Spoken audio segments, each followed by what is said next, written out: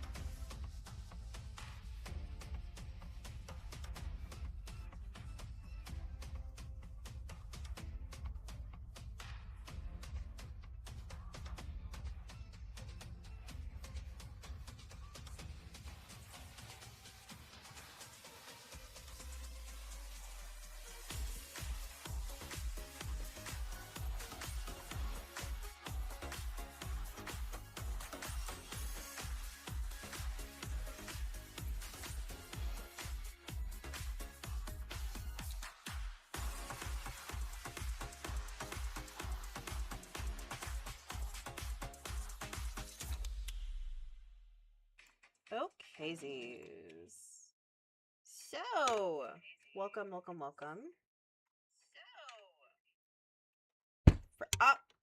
Whoops. My bad. Okay. Hi, guys. So, honestly, the Convention Princess here. Uh, Back again with another Atomic Girl sessione. Oh, it's over here. I'm like, what's happening? Um, so I have a game, and I just realized that my wheel has gone away. Okay, so wow, it really went away. So we're gonna spin a wheel, and then we're gonna see what number we get, and then that number is gonna be whatever number the dating sim on the website is. And then we can either play it on the website, or if it's available, or we can play it on Steam. So I try to just do it randomly. A lot of them you can play on the website. So it's like not the worst thing in the world. Wrong screen. Wrong screen. Where's my screen? Where's my screen? You know, this happens every time. This happens every time I don't have a screen up. There we go. Ha! Beautiful. Okay, great. So now that we have the screen, Jesus Christ. Hang on. It's a little wonky for the people that are watching on YouTube. I said unlock it so I can adjust it for them. I don't want them to miss anything. Yeah, cute. Okay, so this is our wheelie wheel. And we're going to spin this really quick. Number 9. Okay. I don't know what number 9 is. Let's go to the website that I had pulled up, but then the browser went out. But I know how to get there. I don't know how to get. Why is my mouse glitching again? This mouse glitching. What number was it again? God, move. 9. Okay. Stop it. Stop. Stop glitching. Okay. Okay. 1, 2, 3, 4, 5, 6, 7, 8, 9. Uh-oh. What is this? Okay. Touch starved. All right. You were born cursed. Well, that's awful. You were born cursed with hands that twist the mind of any human you touch. Ooh. I'm also eating my dinner. Sorry, you guys. Desperation leads you to shadowy city of Iridia. That's pretty. Well, your fate intertwines with 5 monstrous strangers. Each can offer you salvation or damnation. Okay. How far will you go to cure yourself? So we're trying to find the cure for this thing that we have. Okay. Well, that's cool. Oh, we have a repentant angel, a demon renegade, the cursed outsider. Oh, he's got little ears. The change charlatan, heroic mage. That scar looks a little epic, sir. Mature themes and is intended for an older audience. Player discretion is advised. Okay, that means that we have to put additional settings.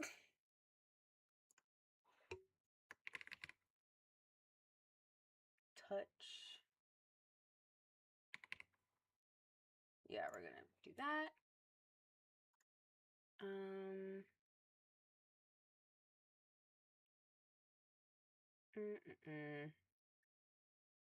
Let's see. I went to horror, unwanted advances, violence, alcohol, drug references. Oh, a lot.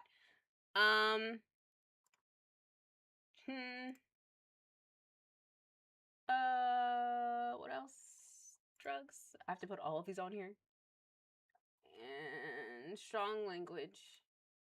Okay. Well, we've updated the stream.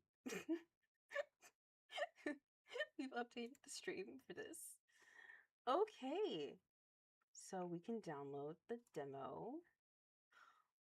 Or maybe not. Okay. Yes. Oh, I'm excited. This looks really good. This looks really, really good. Okay. And the art was really pretty. The art was really pretty. Like, just look at it.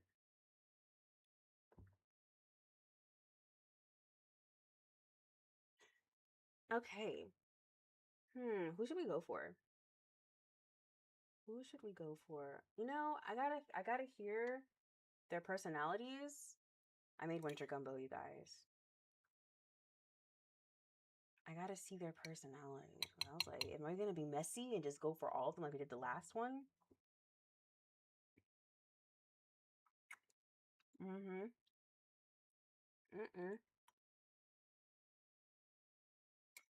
You know, I didn't take consideration that we have to just listen to this to download. We have to wait for the thing to download. That's fine. You know?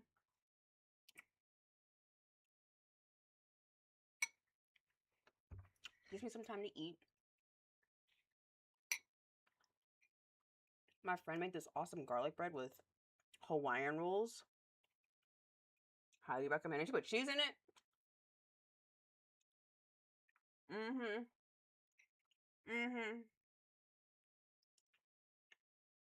I'm excited. I'm excited. It's still downloading. Almost done though.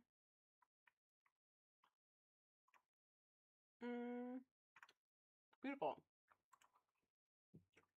This is definitely a demo. It's only 569. Can I?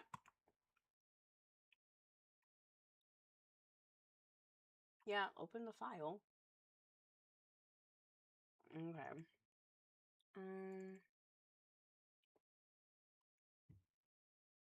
Can I?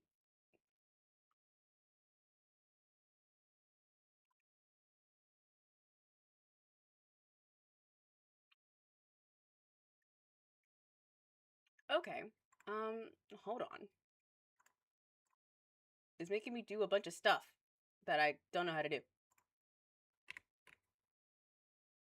Let me make a separate folder. Give me a second. Give me a second. Such a girl to the world. It's a takedown. So sweet, so easy on the eyes, but hideous on the inside. Baby, nice try. I'm about to switch up these vibes. I'm about to open my eyes.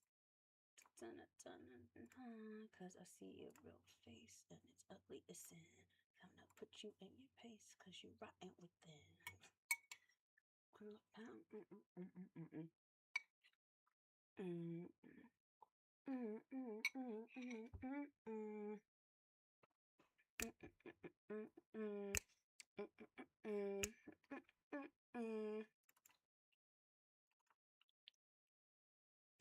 Let's go. I think I got it.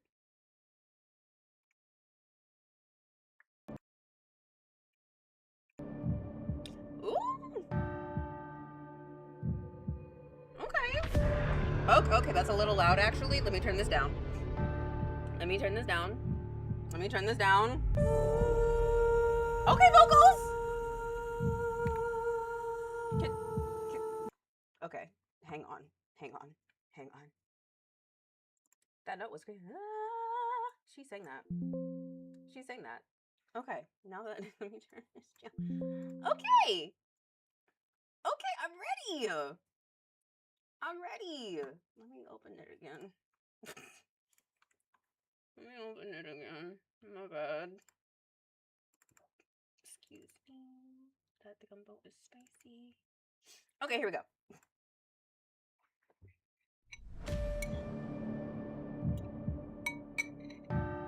Hi, Oreo. I think there's like a way y'all can send like stickers and like memes now. I think I set that up properly. Hopefully I set that up properly.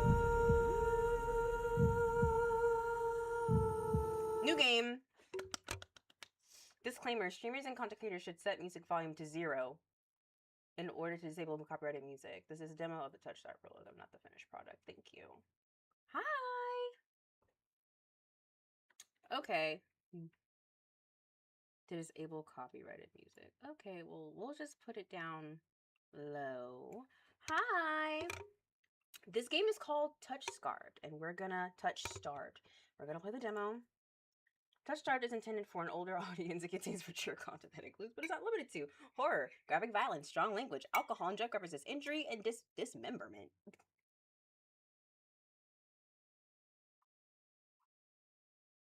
Okay, but I'm sad. All right, here we go.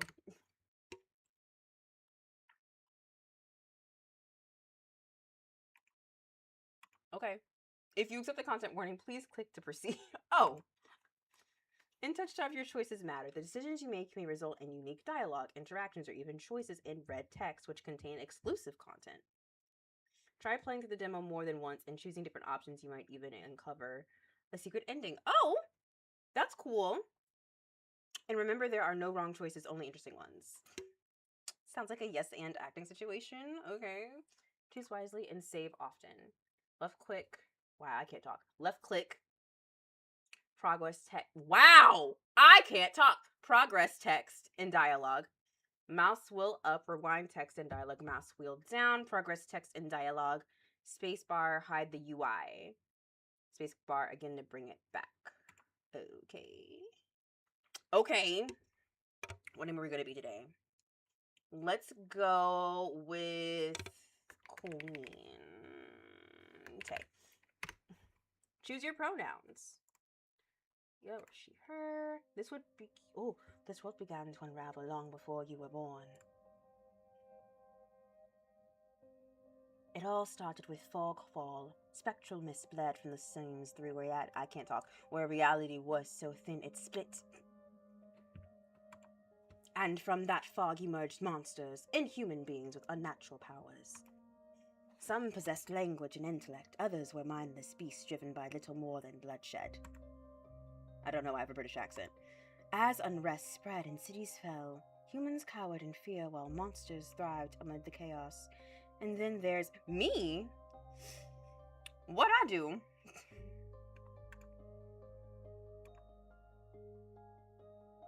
You don't know what you are, but one terrible truth is certain: you were born cursed. With hands that alter the minds of those you touch. Choose your backstory. Oh, I get to choose? Okay. Ooh, okay. The unnamed, a fallen oracle. You were raised as an oracle in a remote temple. The priest claimed your touch bestowed enlightenment, but a visiting mage revealed your curse for what it is. Spurred on by the mage's word, you fled in search of the cenobium. But what is that?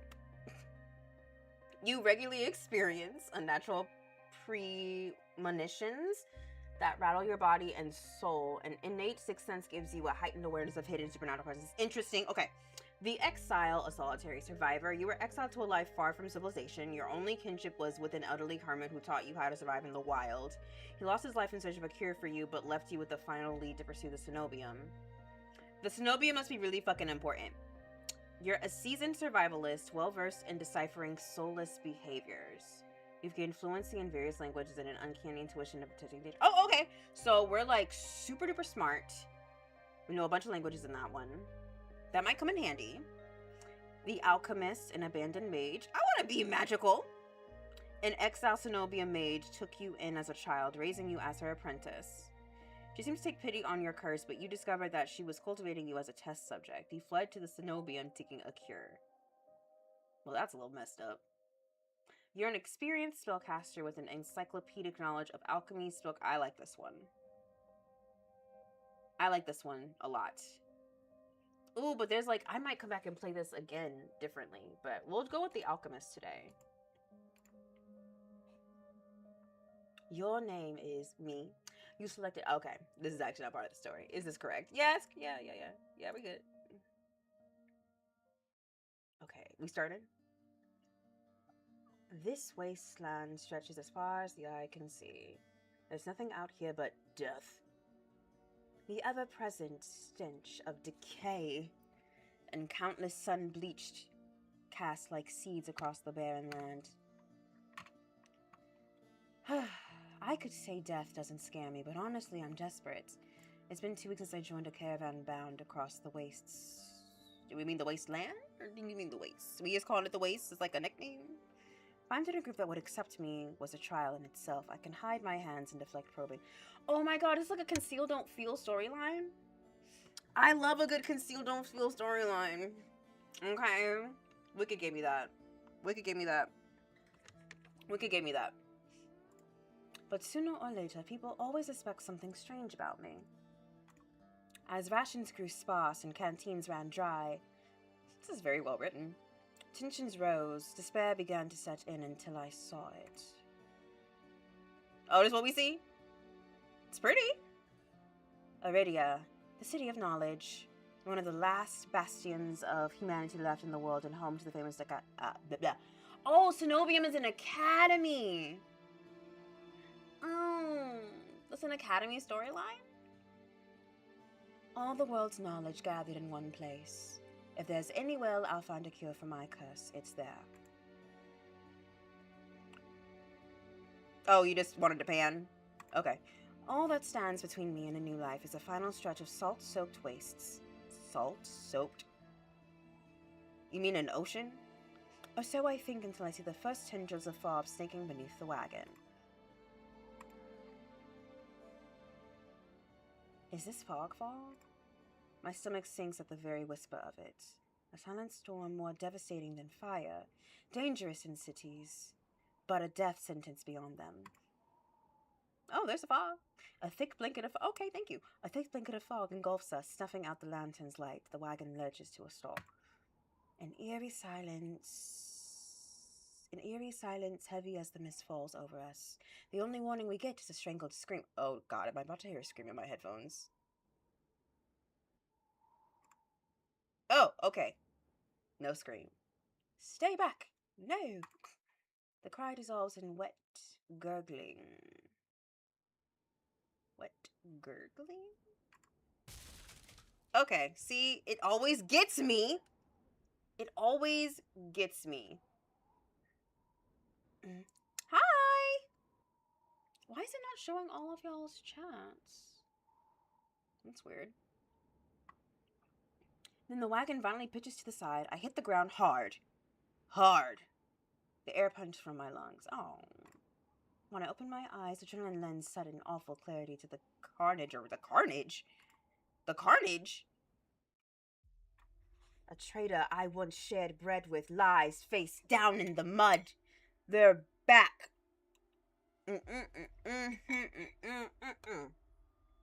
Gleaming gristle and exposed bone. Body. Why are we alive? Why are we alive? Ew, what is that? That's not a cute shape. I tried to rise, but my ankle explode with pain. Okay, I was like, did someone shoot you in the foot? Are we about to be an amputee? I tried to rise, but my ankle explodes with pain so blinding. White blooms across my vision. Only when my eyes finally adjust do I see the dark shape before me. Ugh. Well, it's not as bad as I thought it would look. It's not as bad as I thought it would look. A soulless, a creature, stoops over the twisted form of a caravana. I freeze, but it swivels its head. A dozen bulging eyes twitch in my direction and blink as one. Ew, that's unsettling. That's a little unsettling, actually. I'm unsettled.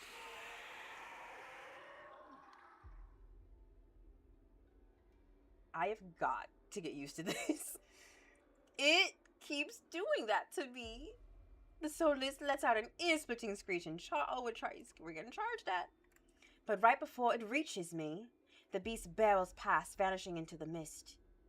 A horse screams in the distance. I need to move now.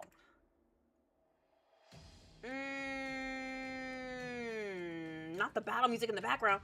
A horse screams in the distance. I need to move now. Are we gonna run? Or are we gonna head towards the wagon? Do we have anything? It didn't tell me. Alright, I think we're gonna run for it. In the mist? No, I'm not gonna... it's misty. I'm not gonna be able to see.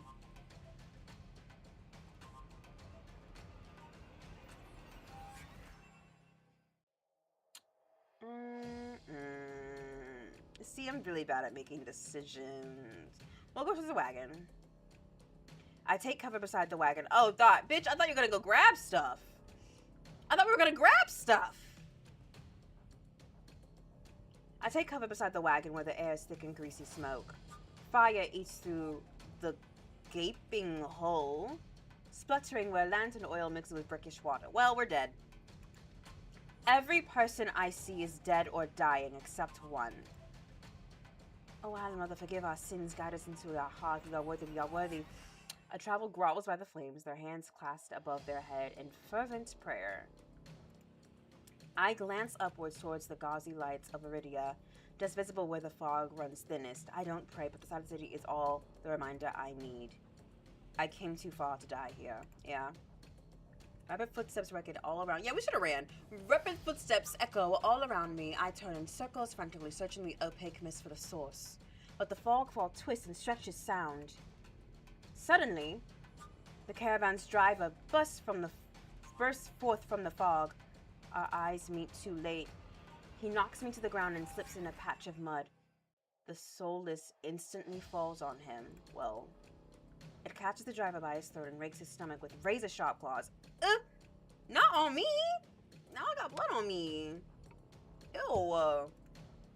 He comes apart like a wet paper, spilling intestines and viscera and a steaming dye. That's disgusting. That's disgusting. Fighting the urge to heave, I claw frantically. Oh. Wait, rewind. Fighting the urge to heave, I claw frantically through the slippery muck for a handhold. Not shit. My hand catches on the jagged edge of a rib jutting from the wood. Ew. Was the blood splatter necessary? From the water bandages unfurl around the gouge torn deep into my palm. Well, I will say this is really well written because now my hand hurts from reading that. Very descriptive. But the pain's quickly forgotten when a hand closes around my wrist. Can you stand? The praying traveler leans over me. We need to run. They reach for my hand, and I realize too late that my bandages have come undone. Oh no. I forget. When people touch us, they go crazy. They go crazy. No, don't touch me. The sensation of their thumb brushing the back of my hand sends a shiver down my spine. All it takes is one touch. In the space of a breath, my curse takes hold. Oh, no. Oh. Oh. Their lips peel back in a deranged grin. Yeah, it's definitely deranged. I could do this. I don't think I can right now. No, I've seen this face countless times before. This is my curse. Madness of my own making. I'm being too dramatic at this point. Their grip on my hand tightens until pain radiates from my knuckles. Ow. Let me go. Suddenly, clammy hands crush my throat, choking off my breath. You know, okay. That's not fair. The fact that I have a curse makes people crazy. They should just go crazy. We don't have to attack me. We don't have to attack me. I think that's a little rude.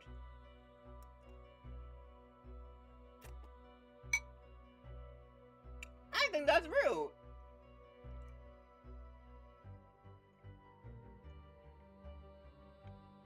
Got to grab a napkin.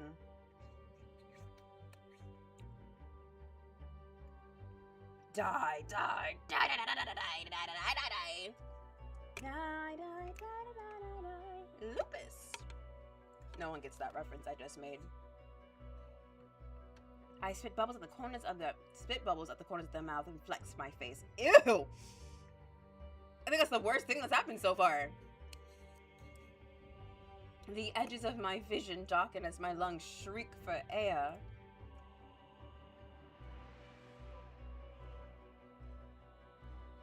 Fight? My nails gouge deep into the traveler's list, but no matter how much blood I draw, they don't flinch. You could have went for his eyeballs.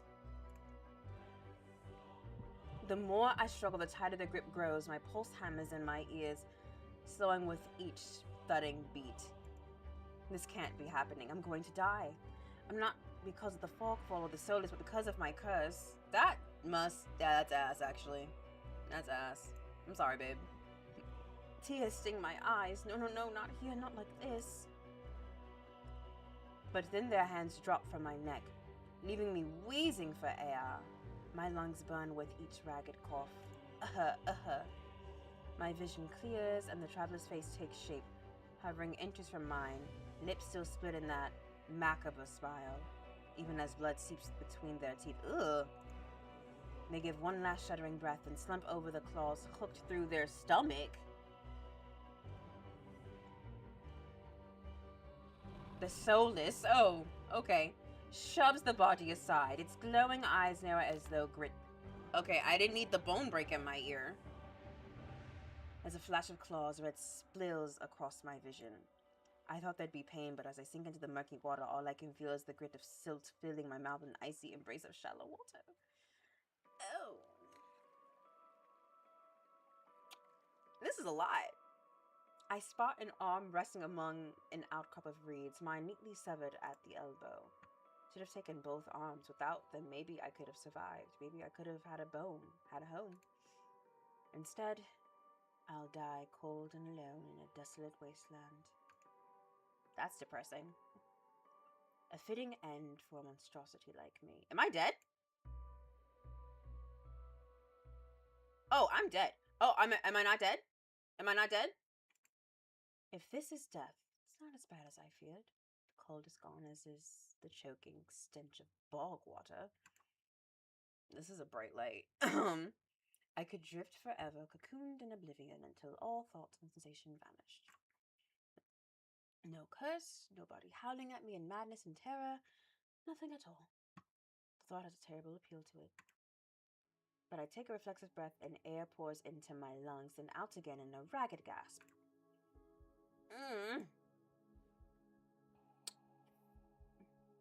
Feeling comes flooding back. Warm cloth on my bare skin. A firm surface underneath me. A strange tang of sulfur in the air. That would be the... sulfur? Do not be afraid. Okay. Oh, hey, hottie. I twist my head toward the voice. Tears flood my bleary eyes at the bright glow of lamplight. Try not to move. Alright. The voice is calm, steady, and commanding. But more importantly, it's a stranger's voice. Well, yeah. One thought cuts through my mental fog. I don't know who it is. And I'm completely at their mercy.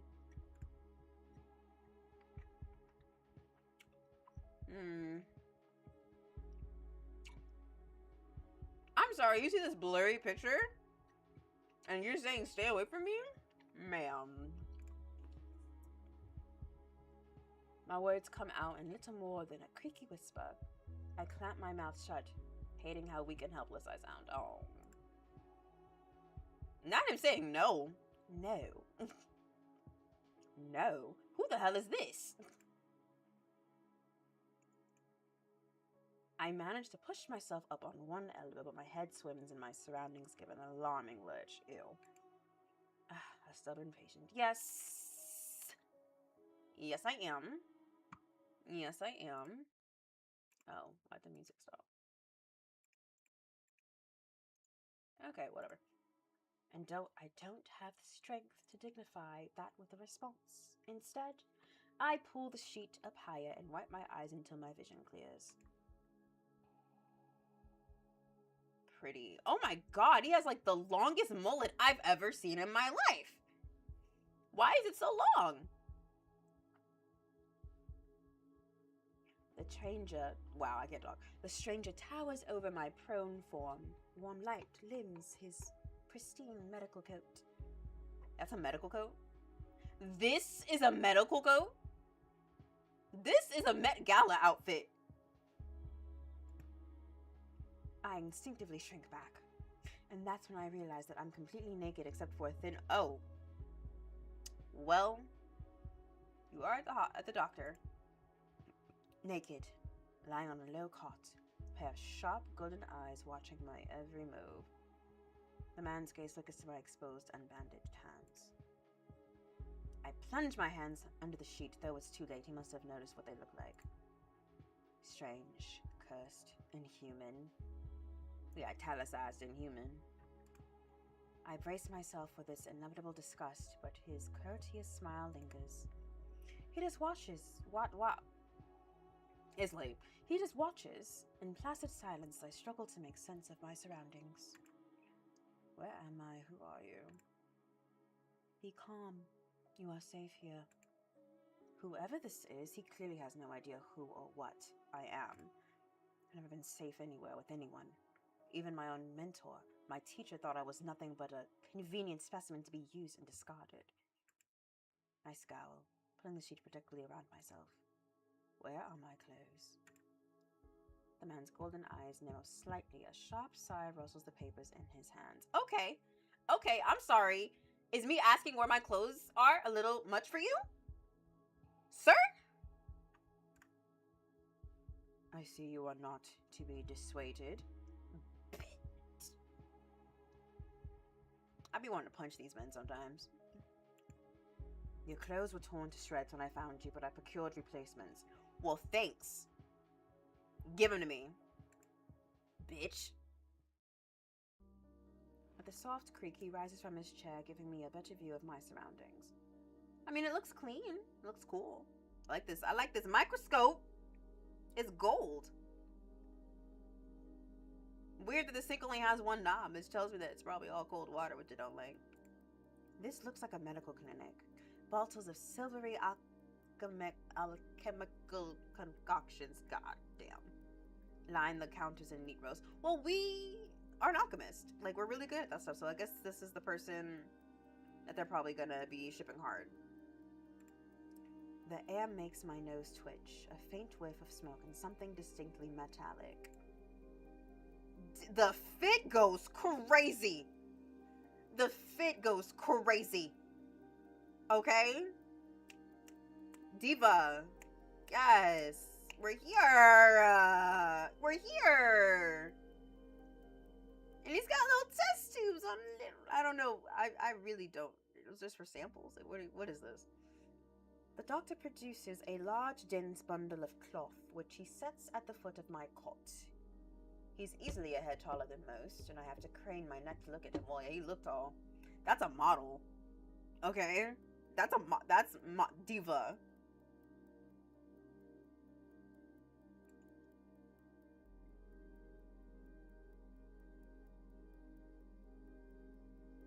We'll thank him. I should be polite if I can, especially since I don't know who this is, what he can do, or what he wants with me. That is, yes, that's usually the go-to. I'm a Southern girl after all. Thank you. Ah! Ah!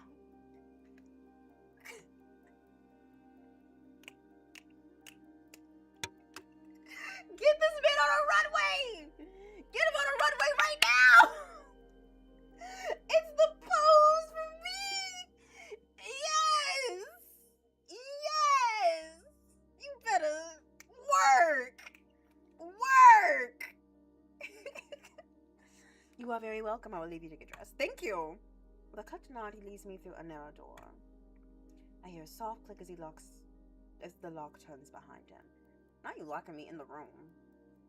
I don't need to be locked in. Where the fuck I will go?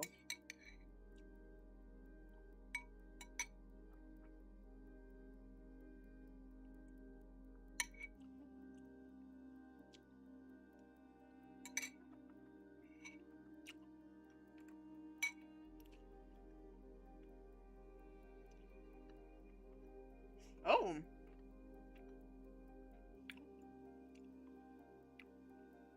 Only an itch? Did he give you something?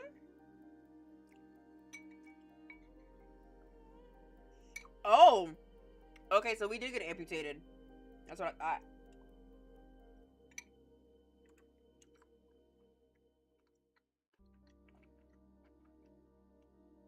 Y'all can read that while I eat, right?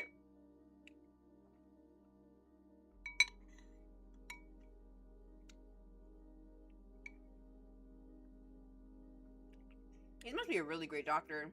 If he put your limb back on and you still have all your nerve endings. Hi, Silky.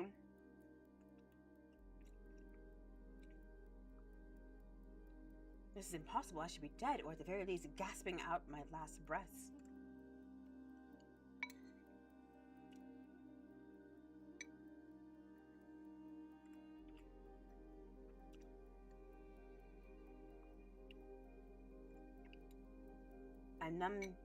In numb disbelief, I grab the replacement clothes and begin stiffly pulling them on. Don't run around my house. Silky. And there she goes, run around my house. They're thicker and warmer than mine were, bundled with a black woolen cloak. Oh, I love a cloak. I love a cloak. I should go wear mine. I should go grab it. But there's one thing still missing, my bandages. You probably don't need them. They're probably immortal. The doctor didn't leave me with any, though I know he saw my hands.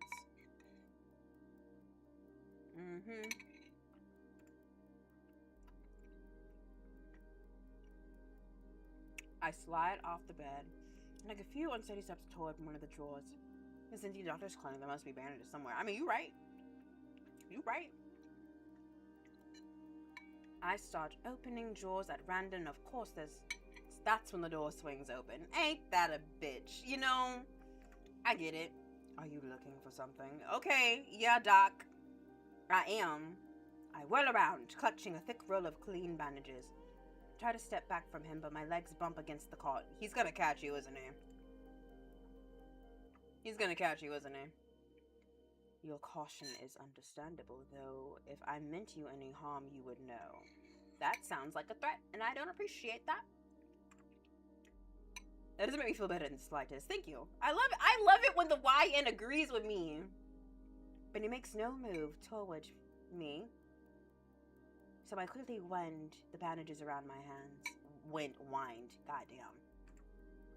Silky, what are you doing? What are you doing?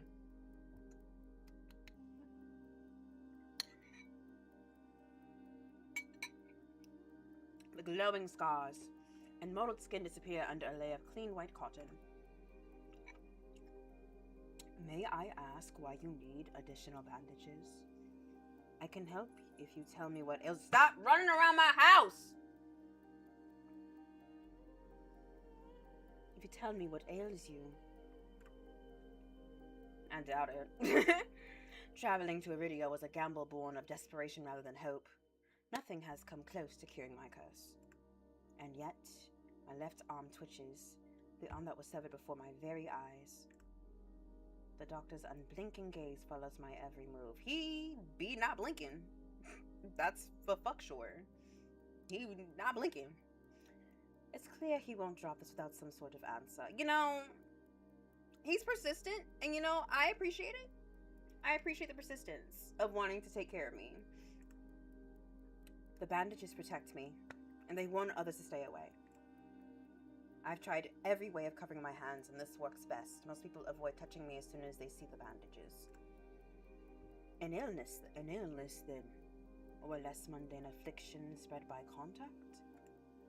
I flinch. It doesn't even sound surprised, and that's far too close to the truth for comfort. I fix him with the coldest glare I can muster, yet he serenely holds my gaze. Yeah, I don't think we can intimidate him. I just didn't want to give him a not clear answer. I am not easily intimidated. Yeah, I got that. Yeah. I hastily break eye contact, but he says nothing more. At least he doesn't seem angry. I shake my head. I need to know more about this doctor before he figures me out. Who are you? You may call me Curas,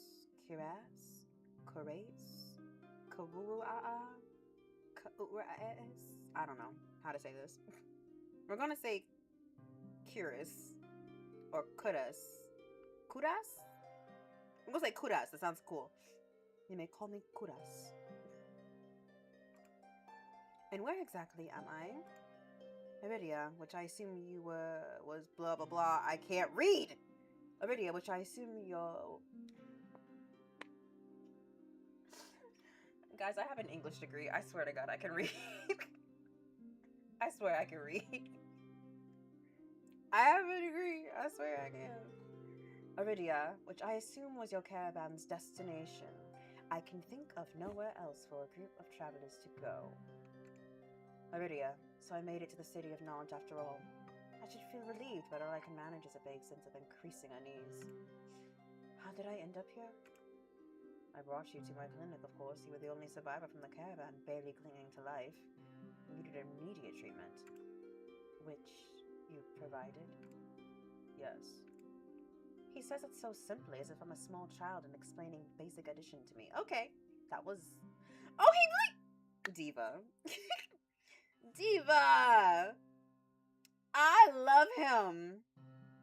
This is why girls are like femme boys or like very ostentatious presenting men like this eats down every time.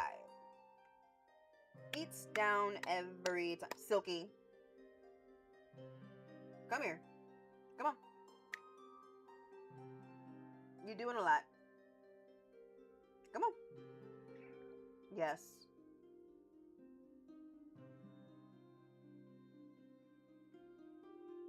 Do you want to come up here?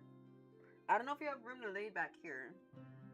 I should get you a cat tree so I can put it right here so you can be here. Alright, come on.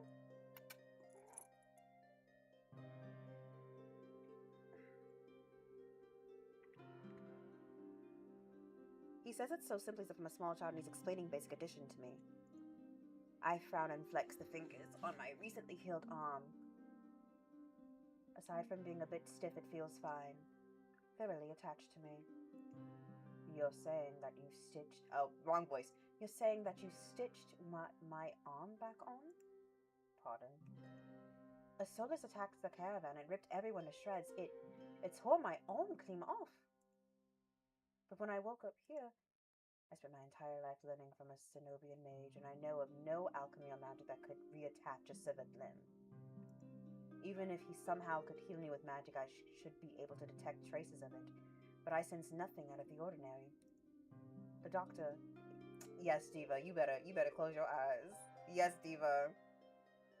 The Dr. Curious pinches the bridge of his nose.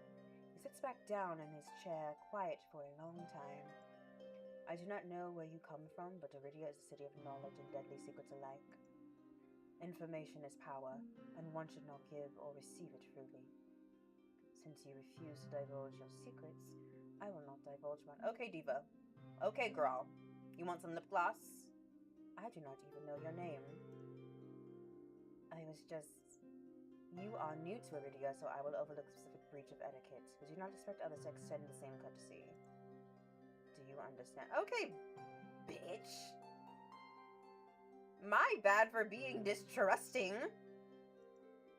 He glances at my freshly bandaged hands. Loath though I am to admit it, he has a point.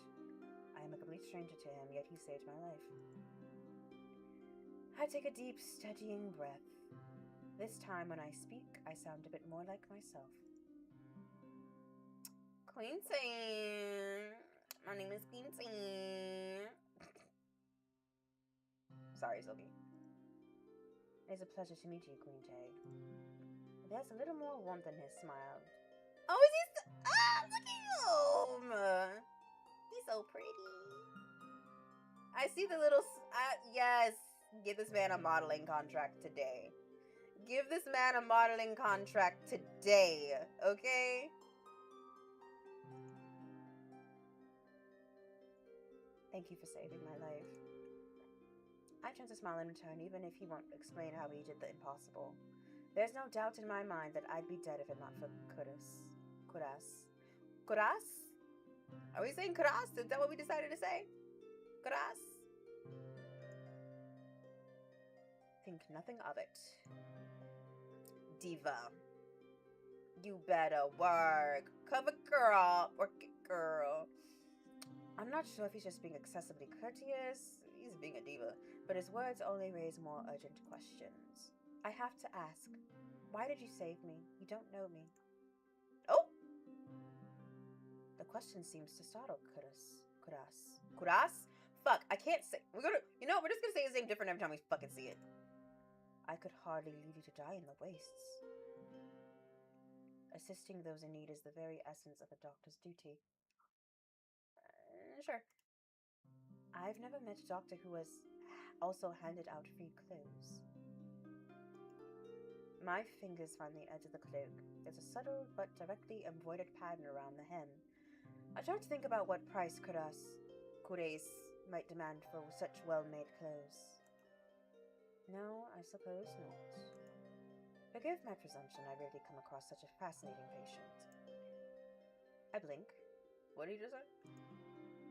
I simply meant that few would cling to life so resolutely or brave such a perilous journey to Iridia.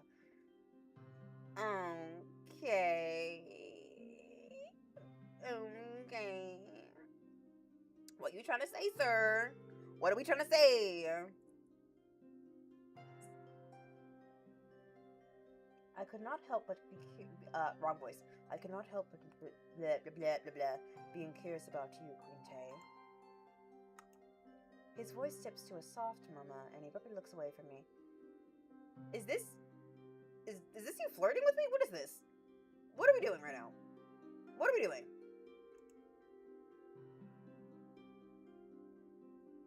You're pretty curious of yourself. Okay. Not the smirk. Look at his face. Look at his face. Am I? Yeah. Well, I haven't forgotten about my arm. Okay, you're digging your claw into my arm, ma'am. Don't do that. Ma'am. Ma'am? Lay down. Lay down. Silky! If you're gonna lay down, lay down. That's my girl. Alright. Clearly not. Hang on. But you haven't asked me for any payment either.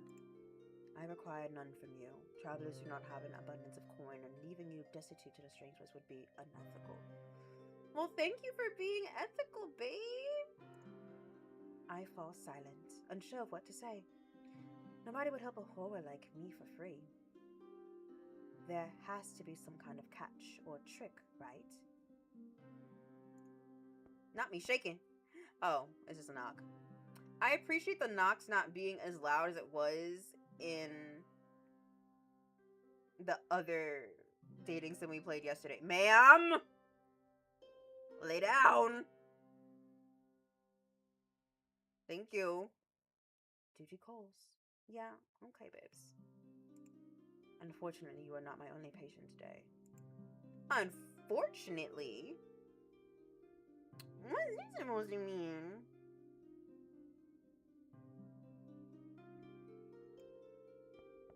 The knocking grows more insistent, and Kureis lets out a tired sigh. Please wait. Though he says it quietly, the clamor on the other side of the door abruptly stops. Do you need anything before you leave, Kunte? Oh! Between the soulless attacks and miraculous survival, I'd almost forgotten why I came to Ridi in the first place. I need directions to the Cenobium. The Cenobium? Why are you giving me an angry face? Stop, Silky. Silky, tail down. Tail down.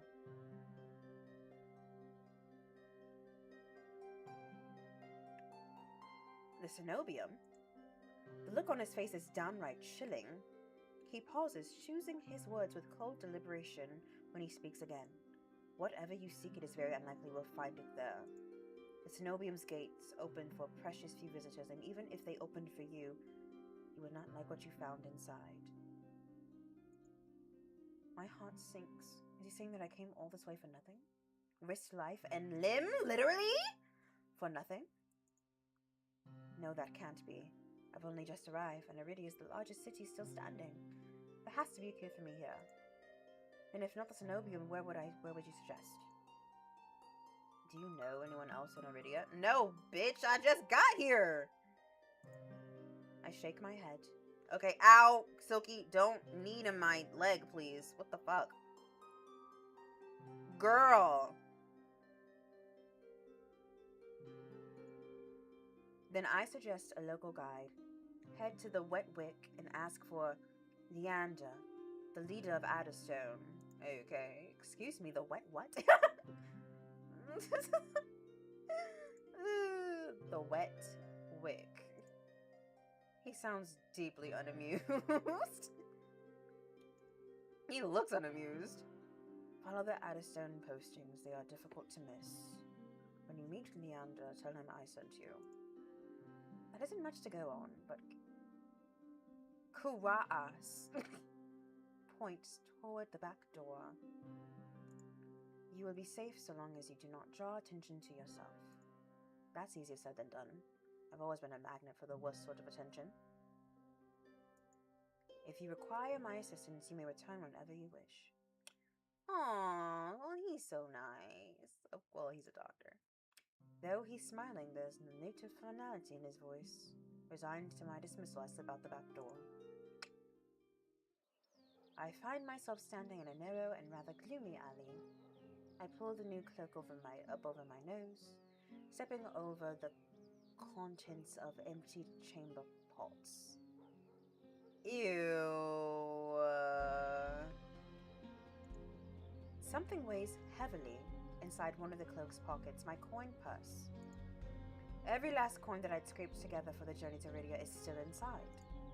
The purse doesn't even look like it was opened. There was so few coins to begin with, they probably weren't worth stealing. I glance back at the clinic's closed door. Riaz didn't take any payment. He didn't even ask for a future favor. But he also said that in Iridia, secrets are power. Does he expect me to give up mine at some point? That's not exactly a comforting thought. Still, no matter why he did it, Cross gave me a second chance and a lead on where I might find help. I'd better get going before he changes his mind. I squeeze out of the alley and into the crowded main street. The line outside Kuras's clinic stretches down the road. Two thin peddlers queue alongside weathered elders. If any place is in desperate need of a free clinic, it's this one. How does he look so good, though? The cobblestones are treacherously rough under my feet, deep grooves worn between them, my regular flooding and decades of hard use. I knew Iridia was a river city, but I didn't expect it to look so eroded. Buildings are tired and dilapidated, all crammed together in narrow streets. A child darts by, clutching something greasy wrapped in paper. The smell of fried food drifts over to me and my stomach gives a faint gurgle. This morning's catch, fried up hot and fresh. Not too many eyeballs today. That sounds disgusting. but I'm starving. So I duck my head under the stall's grubby awning. A large fist leers up at ew. Ew! 3 bulging eyes, still visible through the thick layer of crispy batter. That's disgusting. The vendor gives me a gap-toothed grin. What's the cheapest thing you've got? The vendor points at a metal basket of what looks like long strips of savory fried dough. Ooh! I love bread!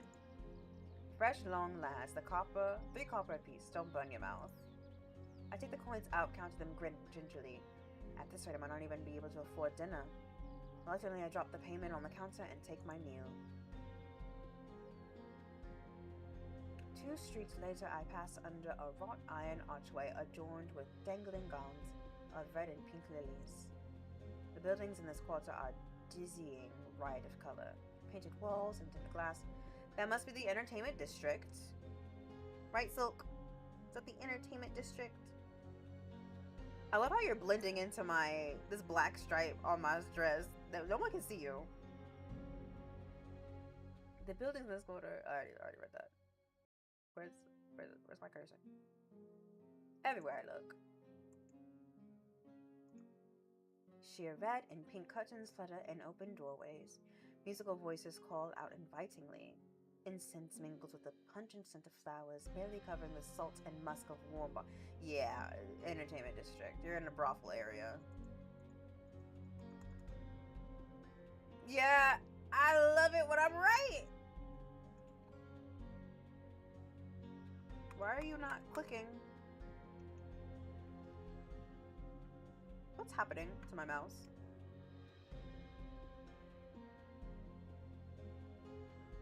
I'm polishing off my food and dusting the crumbs from my hands when I spot a poster. It features the silhouette of a smiling man wearing a single dagger-like earring and the words, "The Outer Stone," printed above his head. I pause before the poster. What a curious choice of a name. A semi-precious mineral that draws out poison. If Leander is the leader of the Outer Stone, then the face printed on the poster is likely his. I follow the line of identical posters around a corner and nearly hit my head on a precariously dangling wooden sign. Looking up, faded orange letters read the Wet Wick. We found it! The facade of the building looks like it's seen better days, but I hear faint music and laughter coming from inside.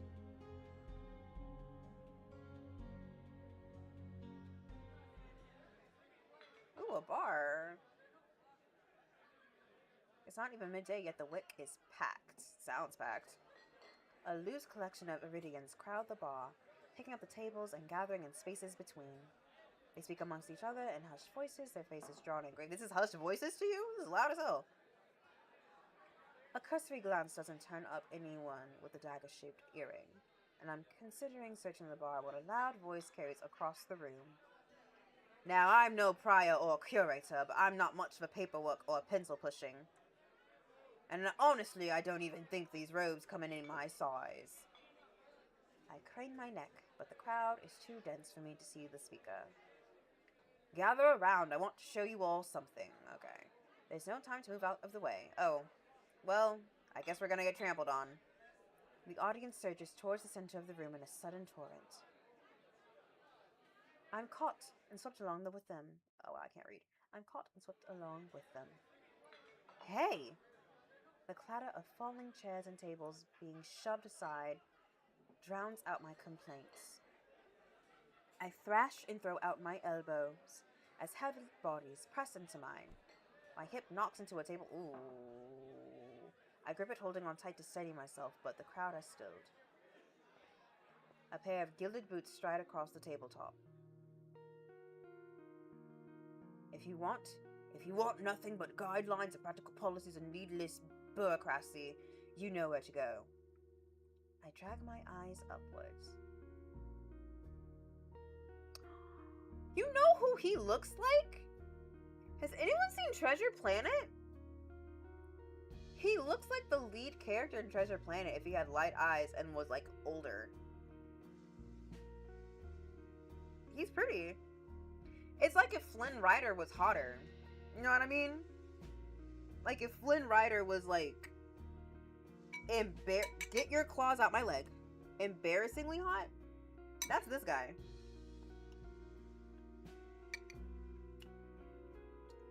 Stop.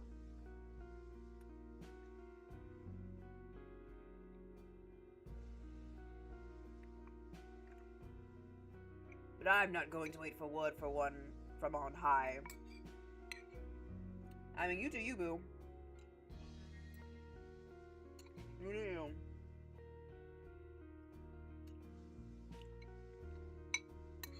This is really good.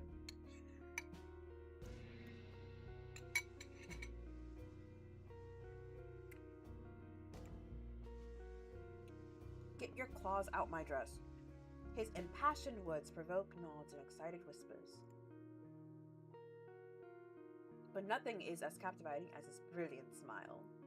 He beams at the crowd around him, a performer on his makeshift stage. And unlike those clerics, I don't need the abbess's approval to cast a spell. Oh, wrong voice. And unlike those clerics, I don't need the abbess's approval to cast a spell or two. As he raises his hands above the audience, the dagger-shaped earring dangling from his left ear catches the light in a flash of gold. It seems I found Leander. It seems so, bitch. I like the flower he's, like, magifying over here. It's pretty. These are our streets. We make our own luck. I got cat hair in my nose. We make our own luck here. He snaps and a flash of pale green light erupts from his hands. Pretty. With a flick of his wrist, Leander conjures a ribbon of glittering light. A delicate flower stem spouts from between his pinched fingers. One by one, glowing lily petal unfurl. Aww. Leander raises the flowers with a flourish, and the bar bursts into clapping and cheers. My mouth hangs open, and not just on account of the impressive performance. There's an incantation. No, spell circle. I've never seen such a beautiful and intricate spell cast so effortlessly. With skills like that, it's no wonder Kuras sent me here. Leander plucks the shimmering flowers out of the air and turns in a slow circle. Now, what kind of, like... It's like he's shaped like Nightwing. This whole area, that's Nightwing. Now, who could use some good luck? Obviously me. I, have a curse. Eager onlookers scoot closer to the table. Bobby and his cool green eyes slide right over them and lock on me instead. Uh-oh. Uh-oh. How about you? My chest grows tight. Suddenly, I'm in the spotlight. Bye, Silk. Bye, Silky.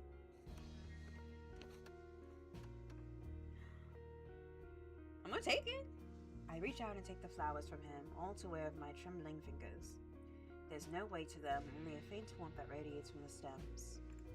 As soon as the lilies leave Leander's hands, they dim and they fade away in a shower of opalescent light. To my surprise, Leander laughs under his breath. That's the problem with flowers. They don't last long, but they'd leave an impression, right? He grins at me, and I find myself smiling back. That's a cool belt. I want that belt. Leander steps off the table, dropping among this excited crowd with a clink. Well, I bet all this gold, this ice this man got on.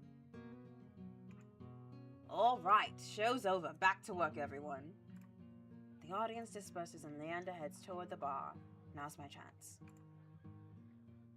I start after him, only to find myself face to face with one of his followers. Where do you think you're going? I need to talk to Leander.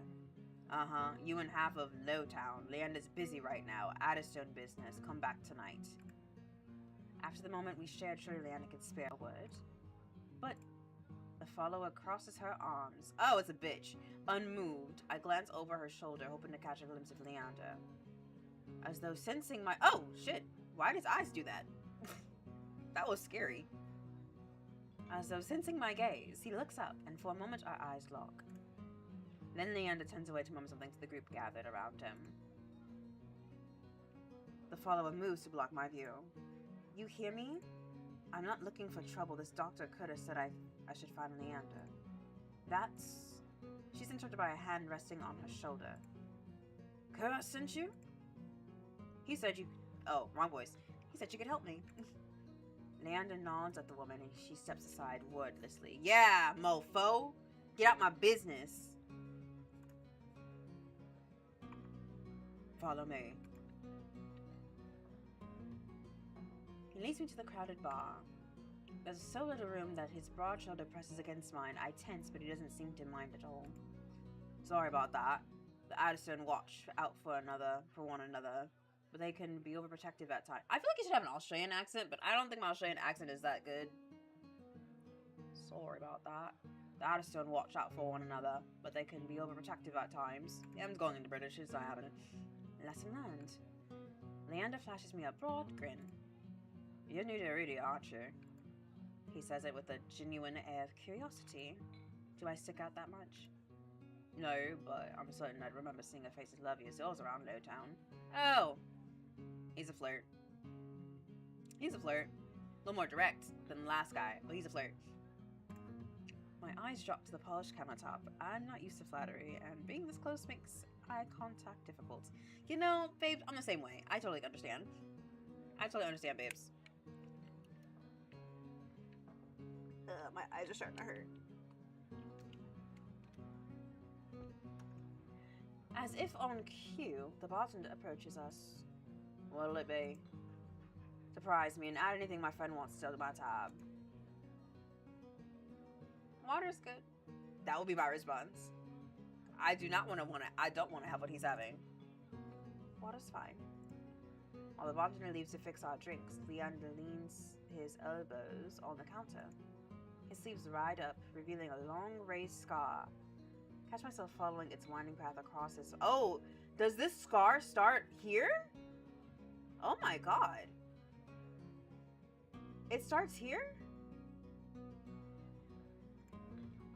Leander's eyes wander over me and return when they lock on my bandaged hands. A bitter taste rises in my throat. Here come the questions. Is there any chance Curtis sent you here for cheap drinks and a barely edible appetizers? No. Pushes his hair back from his voice. Oh, he's such a Flynn Rider trope. Oh, I love it. Sighing when it immediately falls back into place. That's the doctor for you. Always business. Not sure he even knows how to relax. The bartender pushes a pair of glasses our way. I don't realize how thirsty I am until the cool water touches my lips. Beside me, Leander takes a deep swig from his glass. Sorry, how can I help you? I need to get to the cenobium. As soon as the word why does no one like the cenobium? What am I missing? Leaves my mouth. The group standing nearby falls silent.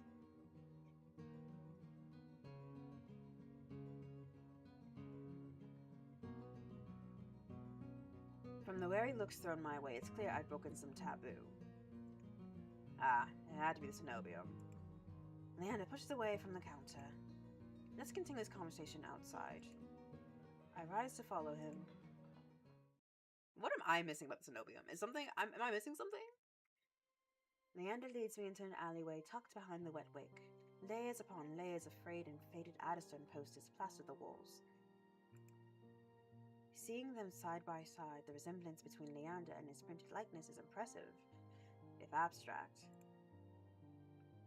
Kudos didn't send you here to ask for a personal escort to the cenobium, did he? From his tone, he already knows the answer. No, he suggested that I reconsider.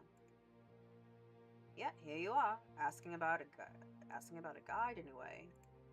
He looks at me expectantly. I don't want to tell him about my curse. The less people know about my monstrous capabilities, the better. Thankfully, Leander takes my reluctance on as an answer. Are you aware of Iridia's particular currency? Information's worth its weight in gold here. I don't much care for outdated traditions, so I'll be completely honest. The Cenobium won't help you. They're more likely to torture you than lend you a hand. Torture? Aren't you never described anything like that? But the Cenobium's supposed to be a place of learning, a sanctuary.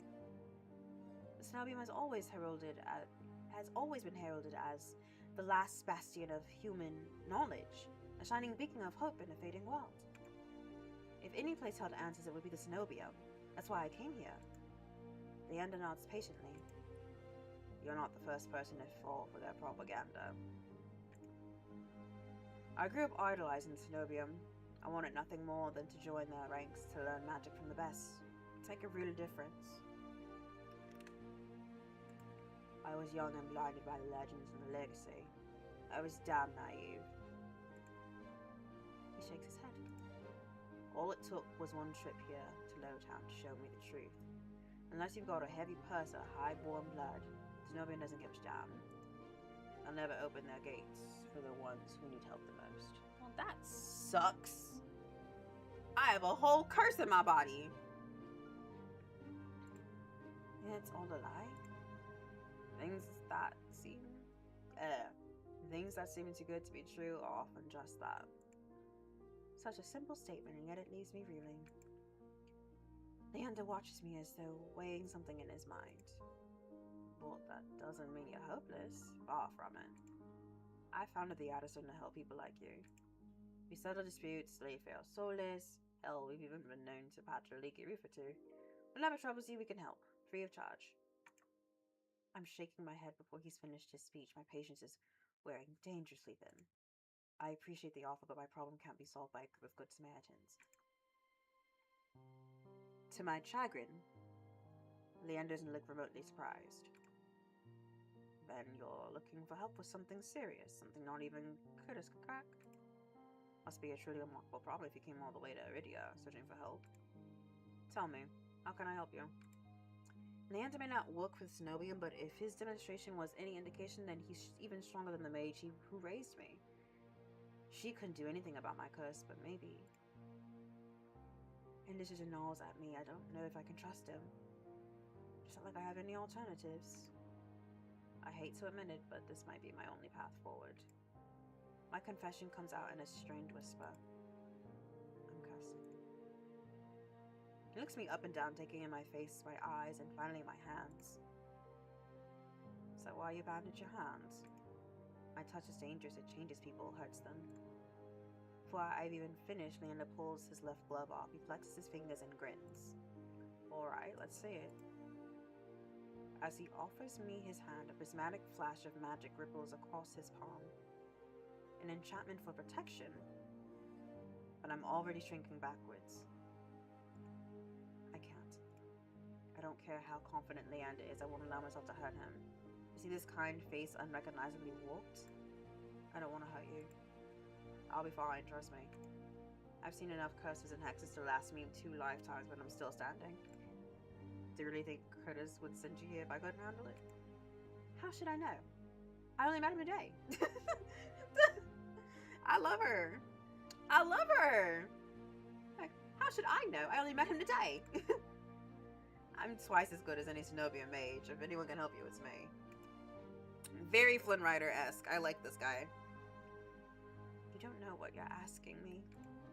I'm asking you to trust me. Well, I don't know you either. He pretty, though. I look from Leander's outstretched hand and his confident smile. This music is great. This music is great. Then I begin unwinding the bandages from my hand.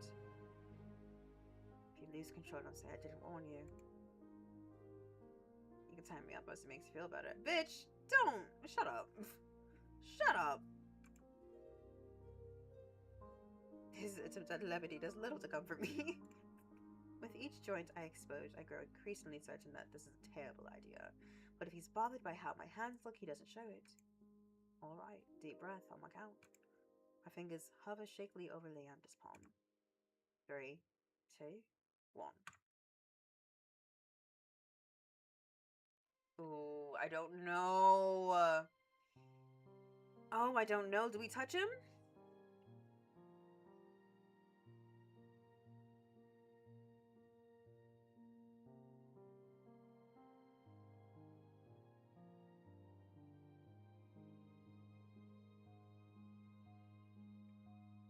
I tap his palm once as quickly as possible. It's barely more than a brush, but it's all it ever takes.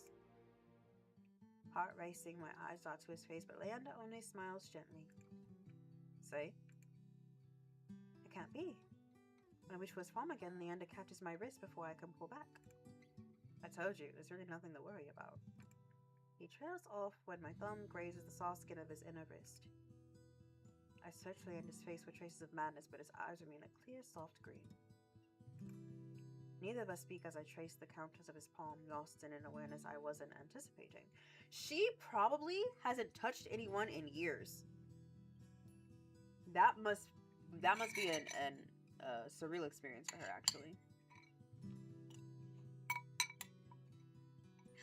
Just to have human contact again? That must be crazy.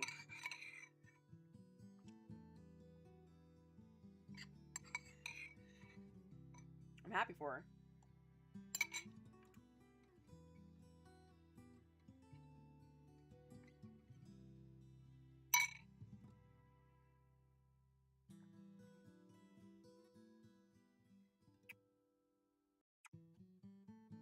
Okay. Well, I guess my hypothesis was wrong. It's not as though I've never been touched before. My curse only extends to my hands, and desperation spurs creativity. Wow, babe.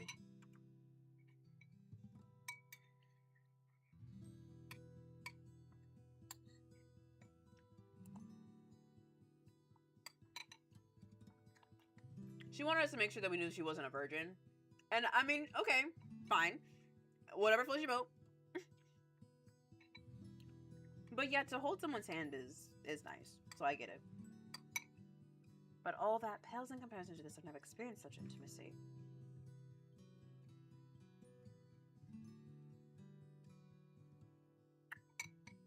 Having a really intimate experience here. I'm here for it.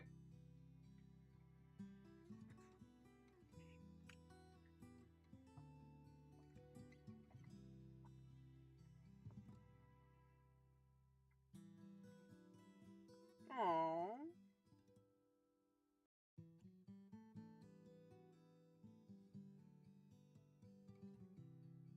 No, he doesn't. I'm like, nah, he got wrong.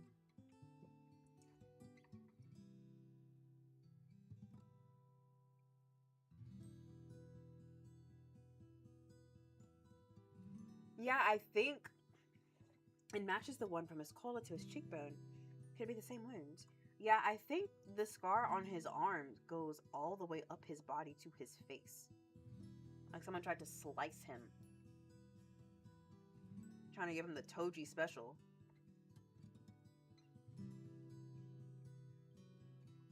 When I glance at Leander's face, his lips part as he considers his words. Am I the first person you've been able to touch like this?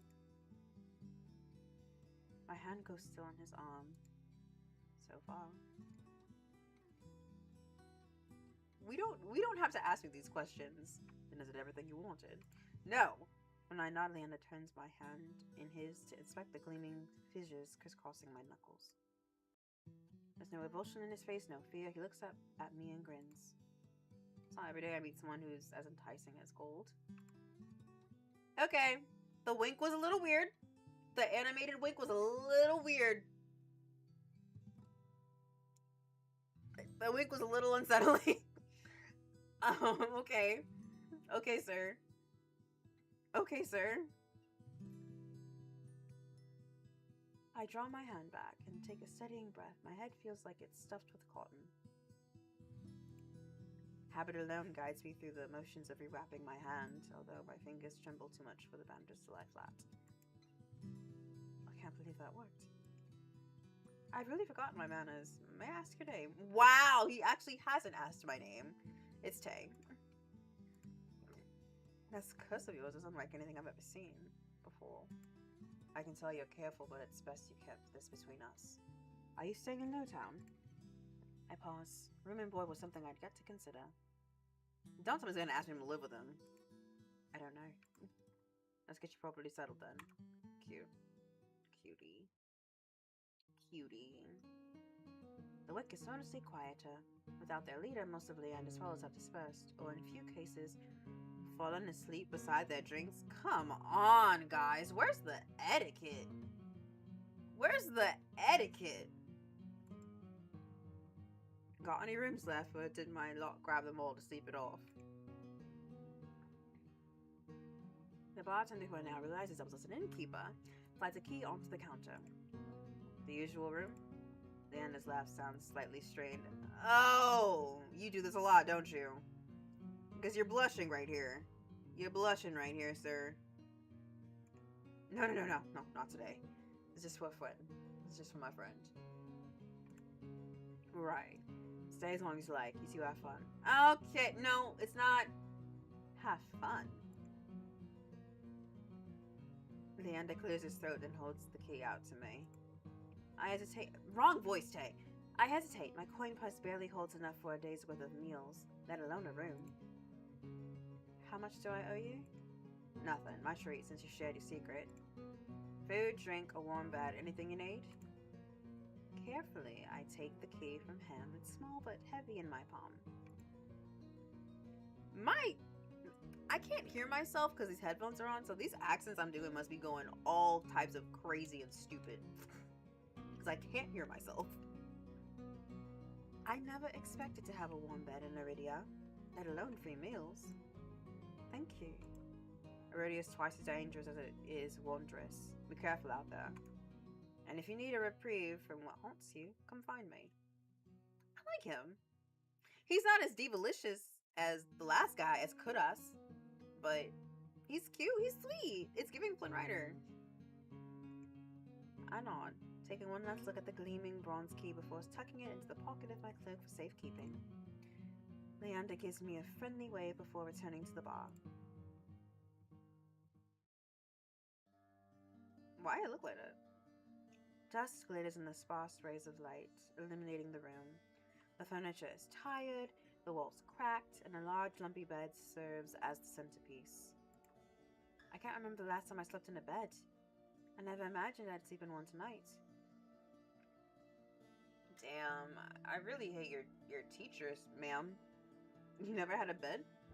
We haven't had a bed? That makes me sad. That makes me really, really sad.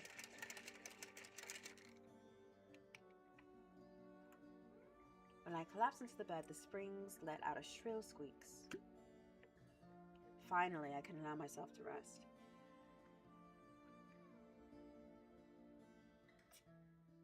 My eyes fall shut before long.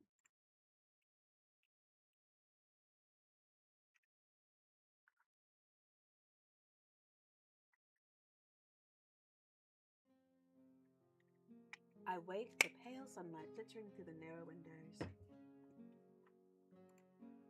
Despite the clamor of the tavern below, the precious hours of rest have restored my strength and gifted me a flicker of cautious optimism. If I play my cards right, today could be the day I get closer to finding a cure. I quickly head out of the wet wick. Where are we going now? Where are we going next? The air clings, sodden and heavy with the lingering scent of rain. Without the afternoon crowd, the district looks barren and bleak. I can't read, obviously. Apparently, I can't read. Oh my goodness. I don't think my chat is working.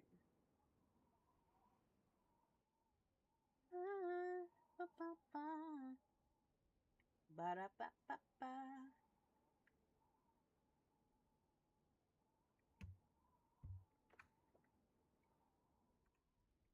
Chris and Leander both made it clear that the Cenobium can't be trusted, but I climbed so far and endured too much to give up now.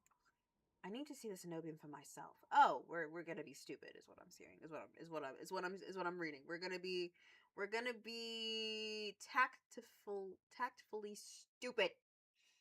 I would listen to the hot men when they say, "Hey, this place can't be trusted. Don't go there," and we're gonna try and go there anyway. Okay. If only to satisfy my curiosity, surely someone in the bar can point me in the right direction. No. I'm about to turn back when a shadow passes. What? A cloud, I think, until a puff of hot breath tickles the back of my neck. Ah! The shadow trickles down the street in rivulets. Formless dark spreads like ink into blotted shapes. Claws stretch, a muzzle splits open to reveal long, jagged teeth, a growl rumble. Is this another... I want to run to scream, but I feel trapped, as though the slightest movement of breath will snap the jaws around me shut. No, I won't let it end like this. If I'm going to die, I want to look what got me in the eye. First, I still myself, then turn. Okay. The shadow vanishes. Okay, as quickly as it came. And I'm left standing in the middle of the street. Alone, save for a figure reclining in the shade of a nearby stoop.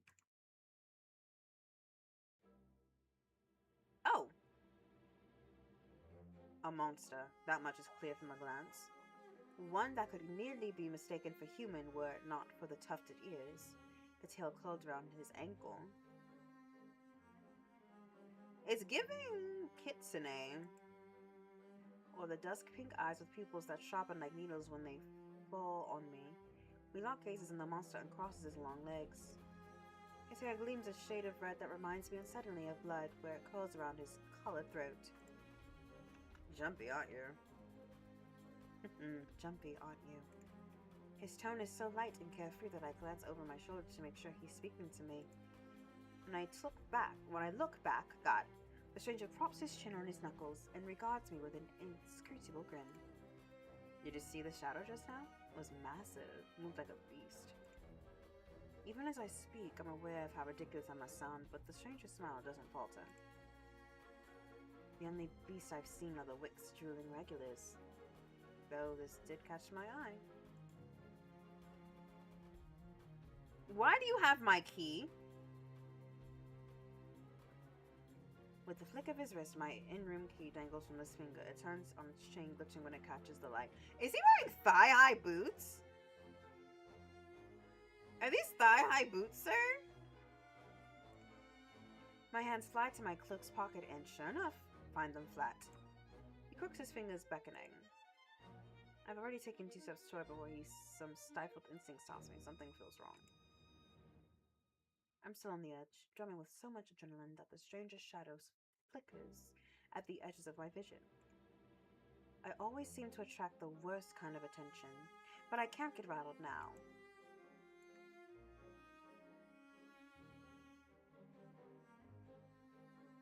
We can't say who said that's my key, because obviously it's mine.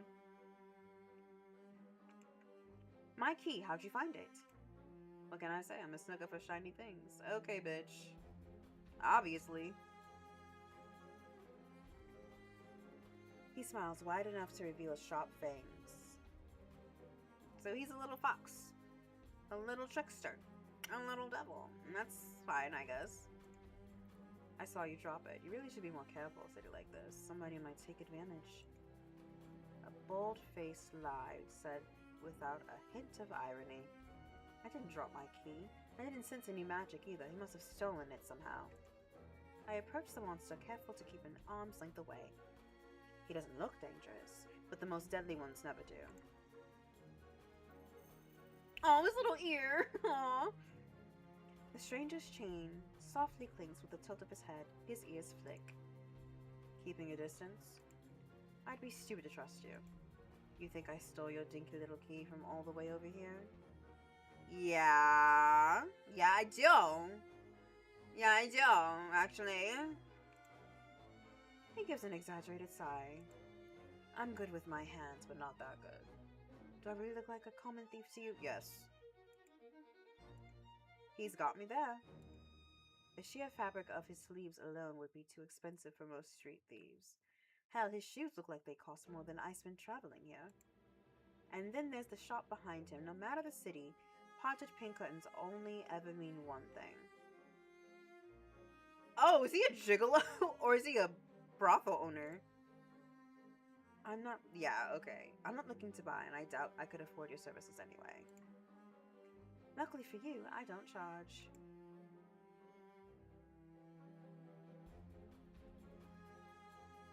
Oh.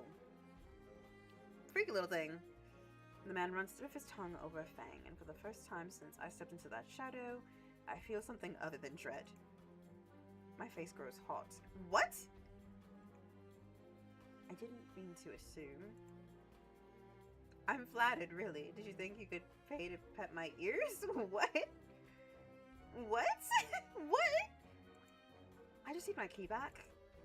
That's nice, and I might even let you tug my tail. Okay, sir. Sir.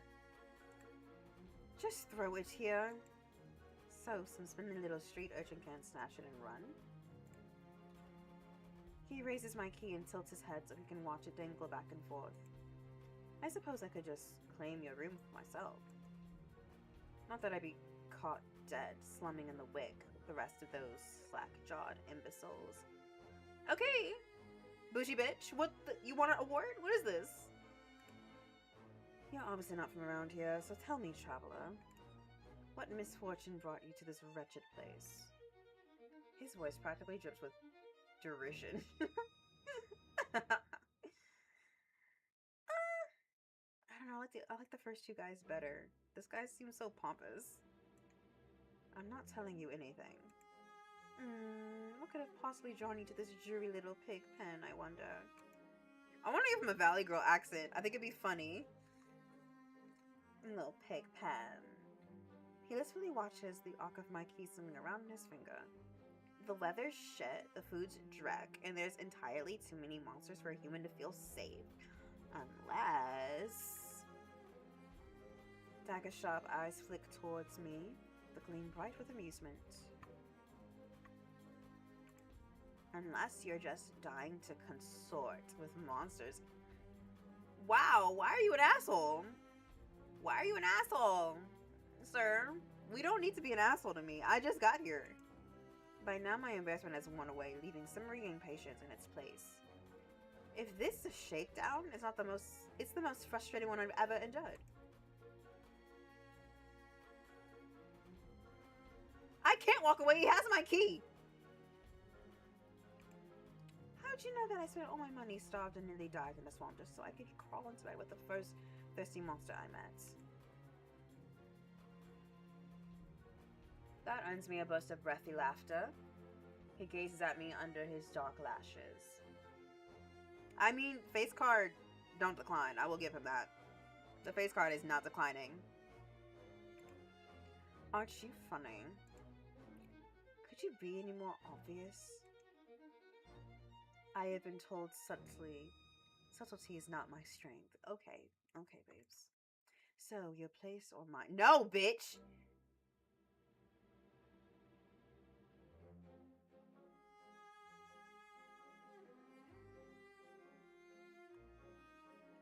Okay. If I say the first one, will he give me the key? If I say the second one...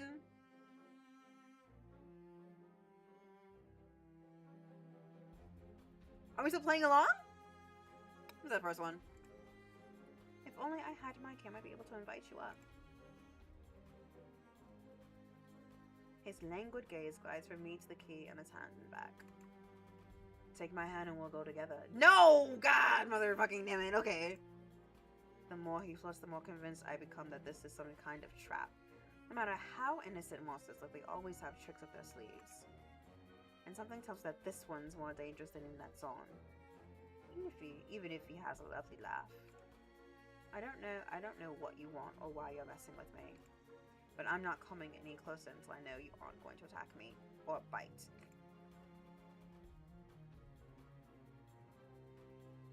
I'm not reading that. No matter what I say, he finds a way to twist my words into innuendo. Even when I'm silent, he goes on as though we're having a conversation, not a standoff. Do you like dancing? There's a traveling troupe performing in a high town tonight. The lutist is utterly exquisite. Truly a performer to die for. There's life in this dreadful place if you know where to look. You sound like you know the city well. The monster's gaze flickers from me to the key hanging from his finger. Naturally, this dump was little more than a miserable little smear on a map when I first arrived. High town, no town. I know Iridia like the back of my hand. What about the Cenobium? Do you know where that is? Why does no one want to talk about the Cenobium? His smile vanishes. This pout is really cute, though. Surely you've seen it. That absurdly large tower looming over the rest, it's a little hard to miss. He must mean that spy I noticed when I first caught sight of Iridia. The Cenobium's overrated, forget about it. I can show you things those stuffy boars and the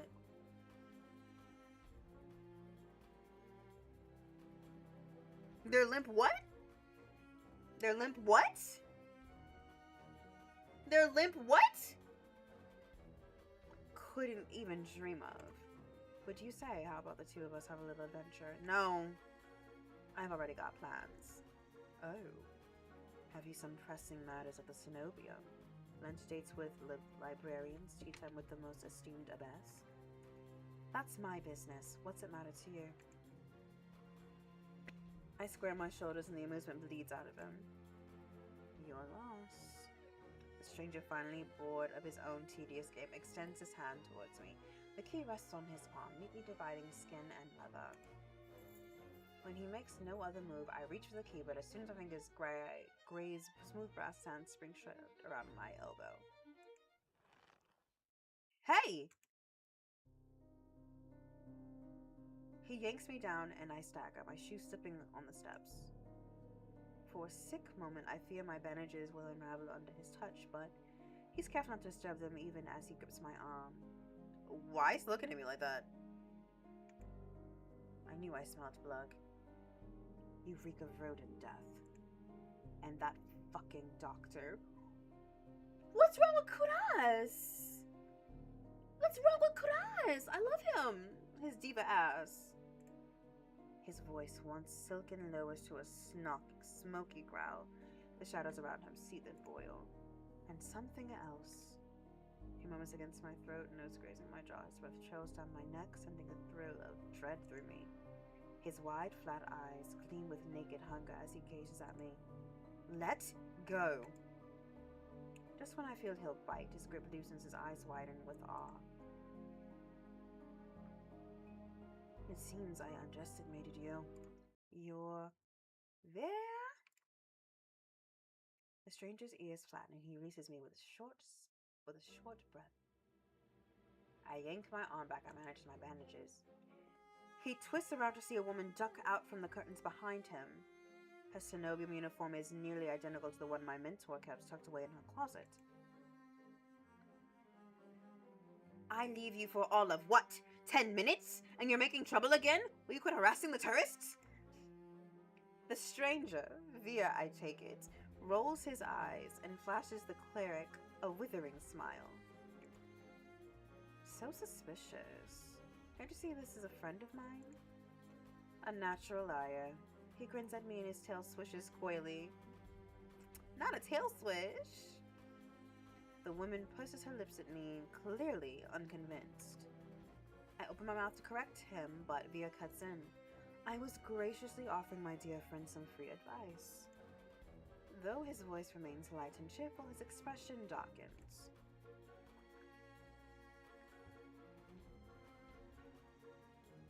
Danger's drawn to you like a moth to a flame. It will always find you, given time.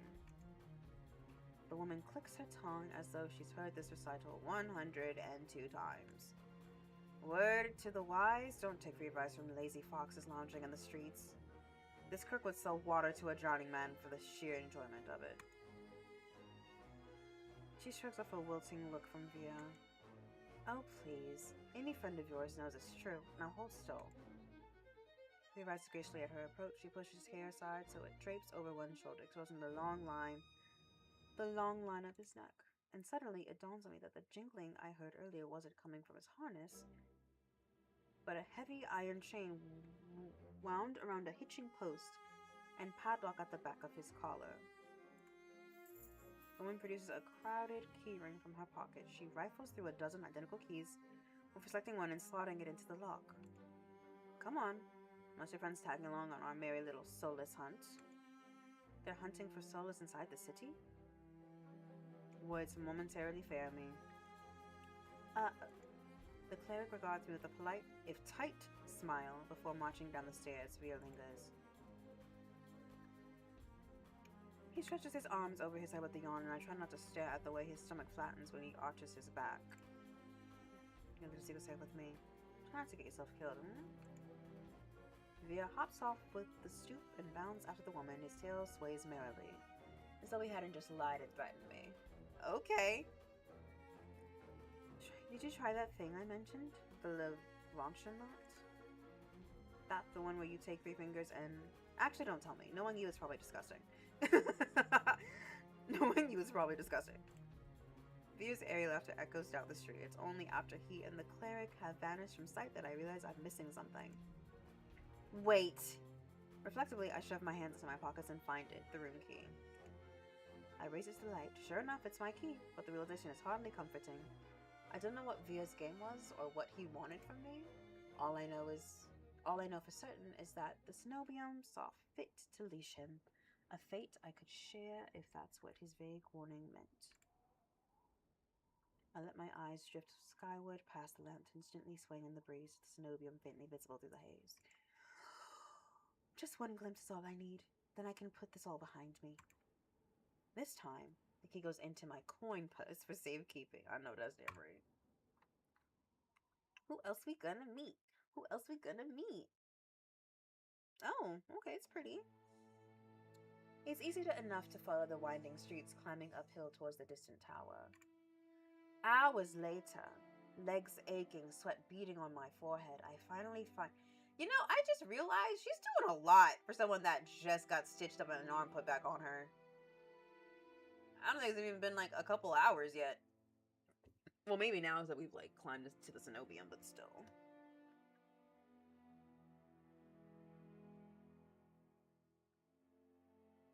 Hours later, legs aching, sweat beading on my forehead, I finally find what I'm searching for. The Cenobium of the luminous void. It stands at the highest point of Iridia, surrounded by cold white walls. Well-dressed people stroll down the walkways, ignoring the massive tower in their midst. I'm the only one standing before the gates. I crane my neck up until the top of the Cenobium spire disappears into the clouds overhead. Must be high up. The gates are so heavily enchanted that even standing near them sets my teeth on edge.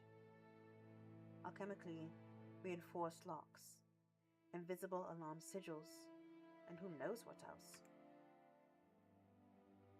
Knocking seems like a terrible idea, but I don't see any other way of making my presence known. I'm halfway up the steps when something moves in my peripheral vision.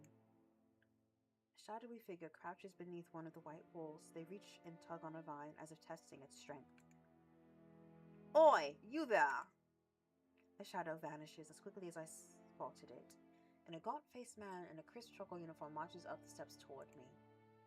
Ugh, another tourist. Get out of here once you're done gawking. Okay. Rude. A dismissive wave accompanies his equally dismissive words, and he turns without even waiting for my response. I look back at where I saw the intruder, but there's nothing. Just the leaves blowing gently in a cool breeze. I step away from the gates, hopelessness washing over me. Hello. A whisper coats the back of my ear, hot and syrupy. Now that is an adjective. Syrupy? I don't think I've ever seen that. I jerk away, but find no one beside me. Instead, halfway down the staircase, I spot a girl peering up at me. Okay. She's barefoot, draped in several layers of worn, moth-eaten clothing. Peculiar metal jewelry hangs across her face and jingles with each slight movement. Her eyes are her most striking feature. They shine a scorching, unnatural crimson. It feels like staring into the sun, and yet I'm strangely captivated by her. She tilts her head, the tinkling of metal riding the wind. Do you need help?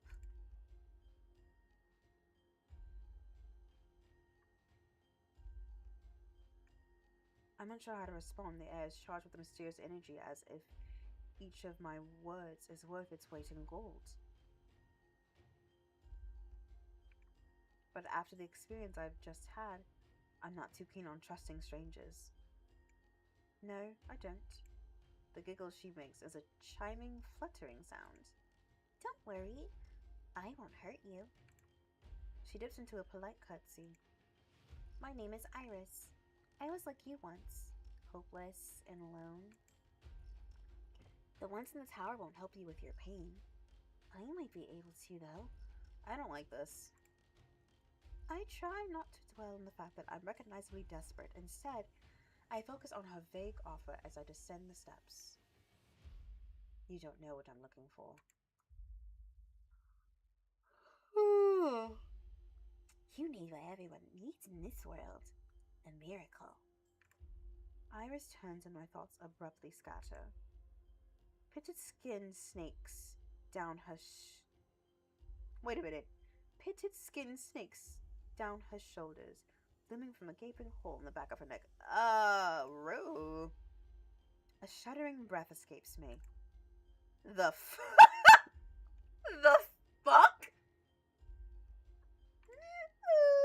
By the looks of it, some sort of disease ate away at her spine, leaving her with hollowed vertebrae. That's disgusting. How is she able to move or breathe? It's impossible. She shouldn't be alive, and yet...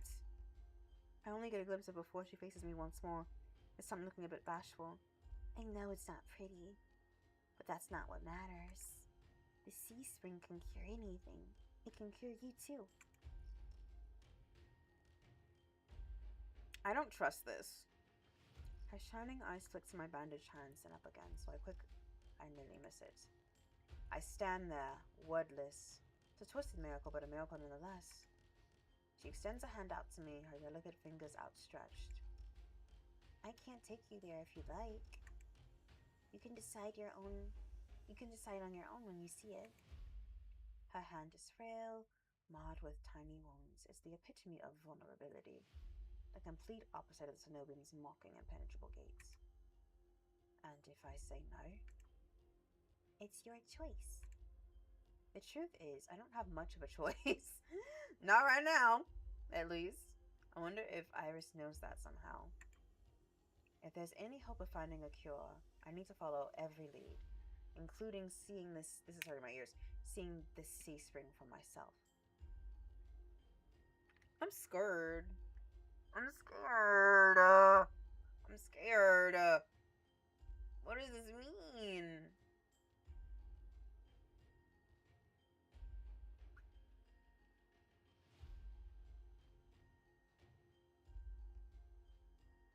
Oh, I have no other choice but to take her hand, huh? Why is my mouse glitching? I cautiously slide my hand into hers. Her skin is ice cold through my bandages. We descend from the highest streets, abandoning their gilded decadence as we cross the river. The wet, derelict districts hold more familiarity for me. However, Iris leads me farther still until I'm met with an all too familiar sight. My gut lurches when I face the open horizon. The sea spring is straight ahead. Iridia's outskirts are hardly recognizable in daylight, but venturing beyond city walls is a gamble I was prepared to take so soon. I shake my head and pull away from Iris. I'm not leaving the city. She circles in front of me with a placating gesture? Bitch! Don't be scared. I promise you it's alright. You're as safe inside the city as outside of it, and this stretch before you is the safest of all. I don't like you. She casts a wistful gaze out over the wastes, as if admiring something beyond the vista. This region belongs to Ice. Some call him a gang leader, but he's much more than that. It's difficult to string my thoughts together. Only a fool would leave the city, but a primal instinct tells her that Iris isn't lying. She twirls around with another curtsy, truly twinkling playfully in the sunlight. Her doe eyes soften with a smile. As I said, it's your choice. Thank you for coming this far. creepy. I hope we meet again. I don't think I told you my name. I blink and she's gone. Confusion grips me as I look around, searching for any trace of her. But I'm completely alone with only the vast nothingness of the waste for company. Did I just imagine everything? No, that whole encounter was real. Again, that primal instinct insists on it, just like it insisted on Iris's honesty. The sea spring is straight ahead. If it managed to cure Isis, I need to see what it can do for me. I venture forth. Nerves and determination roiling together in my chest. My heart pounds with each step I take from civilization. For what seems like an eternity, I force each foot forward, one step, then another, until a realization hits me. I never told Iris my name. You just noticed that? I noticed that immediately. Something pierces the horizon ahead of me. A building nestled into a tall cliffside. It appears so starkly out of place that it might as well be a hallucination. Dripping with the extravagance and adorned in honeyed mahogany. It's an ornate jewel of architecture. Oh, God. Dark silhouettes skirt in on both sides. Trees, I think. Until I'm close enough to realize that I mistook for branches with spikes and jutting tendrils. Soulless. Several of them watch me in the distance like statues. Not again. Flashes of last night chase me. Again. It hasn't even been a full 24 hours. Why are we doing so much stuff? Why are we doing so much stuff? What is all this activity? I feel like we should be bed resting. The fact that we almost had a limb cut off us and reattached. Jesus Christ. The gushes of blood and screams of death, the smell of burning flesh and sour bile. I can't go through it again. I can't go through that again. I won't. Exploding into a messy sprint, I push my legs as fast as they'll take me towards the decorated building. The next thing I know, I'm dashing up wooden stairs and crashing through towering double doors. My lungs burn from exertion. I gasp for breath, desperate to be safe, but when I orient myself with my surroundings, it's more hellscape than sanctuary. Blood flows all around me. Ew! Overwhelmingly, my vision with a lurid, unholy red. Instinctively, my hand leaps to my mouth. But the rotten stench of blood never comes. Instead, a smoky scent hangs in the air, sharp and spiced. I swallow thickly, convincing myself that it's not as gruesome as it appears. This has to be the sea spring, the place that grants miracles. Tall pillars flank me, blanketed in written notes. Seating pillows scatter the floor. A rusted kettle sits nearby. Someone must live here, despite how eerily empty it is. Call out or stay silent. Oh, I don't know.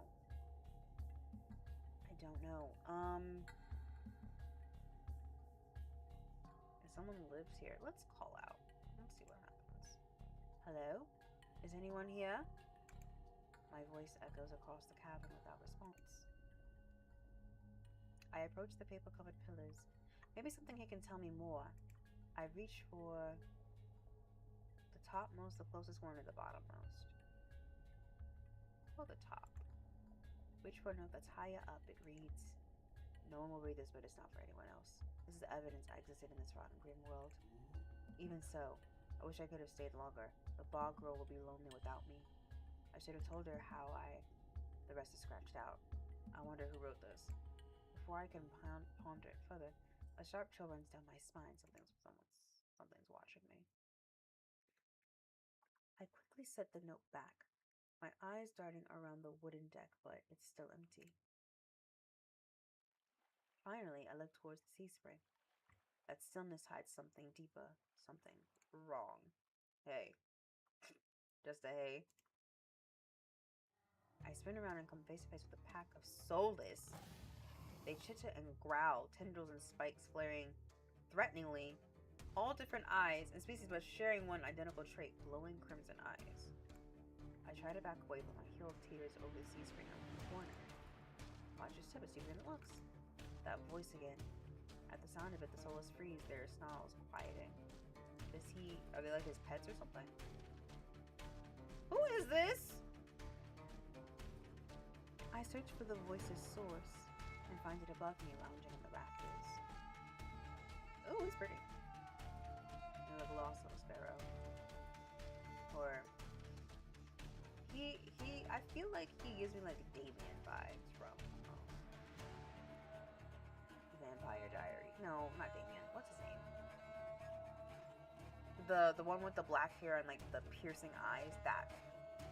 That's what he's kind of giving, but he's also kind of giving. I don't know. I don't know what voice to give him. I can't do it. I'm not a man. His gaze is a violent crimson, one that sears through me, leaves me feeling raw and exposed. They're the same eyes I've seen over and over. Oh, he's controlling them. Okay. First with Iris, now with the soul circling me, all bound by sea spirits blood red. In the shroud of darkness behind him, shaped like massive tentacles twisting and flowing on the wings. Oh. I can't focus. So its growls ring in my ears. They're not advancing, but that could change at any second. What happened to the music? Oh, my headphones died. Got it. I was like, what happened to the music? So like I feel like there'd be music here. My headphones died.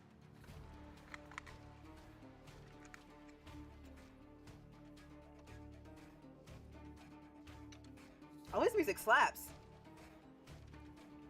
I can't focus. The soulless growls ring in my ears and are advancing, but that could change at any second.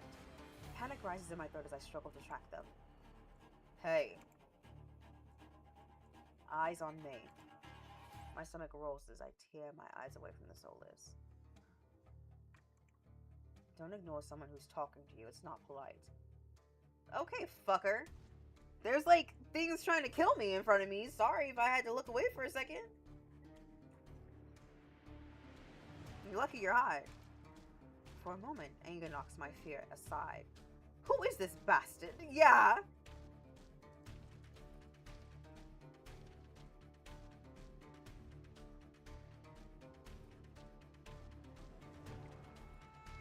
Would I say fuck you in this moment? I don't know. I don't know. Would I?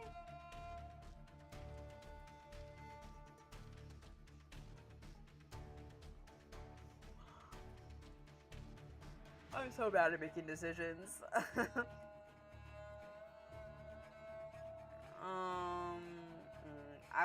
Let's not say fuck you to the demon.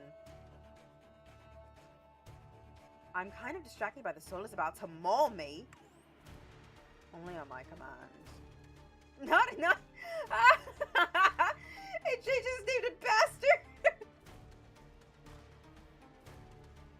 That's funny. I scan the soulless again. They really aren't attacking and are posturing more than anything else. You tamed them? How are the sea spring? They're hungry, so they might bite. You could give me a reason to stop them. How about I didn't do anything wrong? Trespassing. Okay, you got me there. And that's punishable by death? He gives him I like him, actually. He's like, yeah, maybe. I called out earlier to see if anyone was here. Were you supposed to play hide and seek? Didn't hear you. My voice stops in my throat. This bastard's terse coolness is both infuriating and terrifying. I rack my brain for a way to defuse the situation.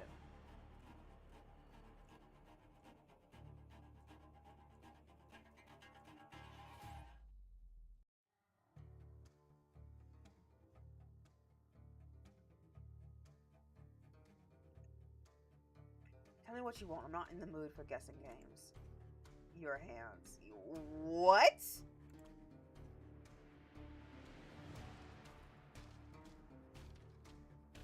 Why? Hold on. Alarm jokes through me. I hide my hands under my cloak. Show me. Why? Won't ask twice. Fuck this guy. I should have said fuck you, actually. Let me go back.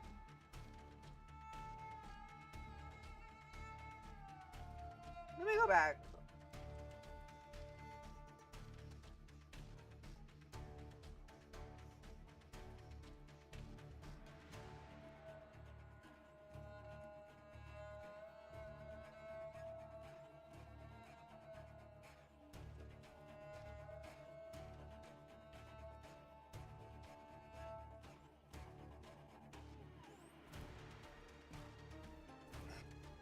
mind. I was like, never mind. I should have said fuck you, actually. I should have said fuck you.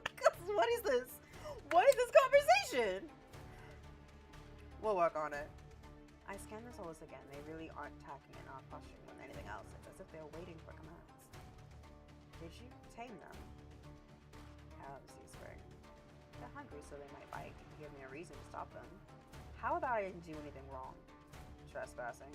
And that's punishable by death?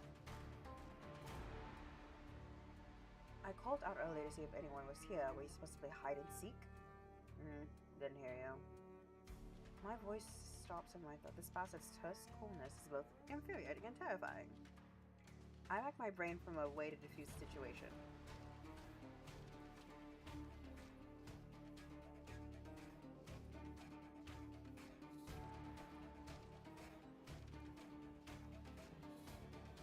I'll skip to tell me what you want. Your hands. Alarm jokes through me. I hide my hands under my cloak. Show me. Why? Why?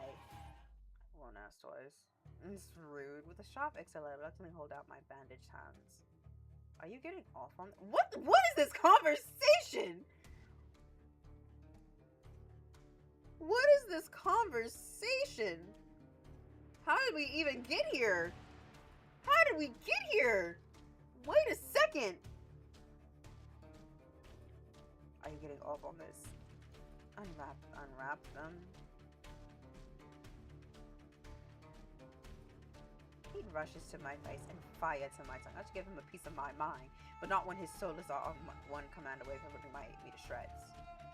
Yet no matter how much I will myself to, my body stays frozen in place. I stand there for a long, agonizing minute. My hands are trembling when I finally raise them. I know the skin beneath the wrappings all too well. The hideous, unnatural flesh I've grown to despise. I grip the edge of the bandages. Stop.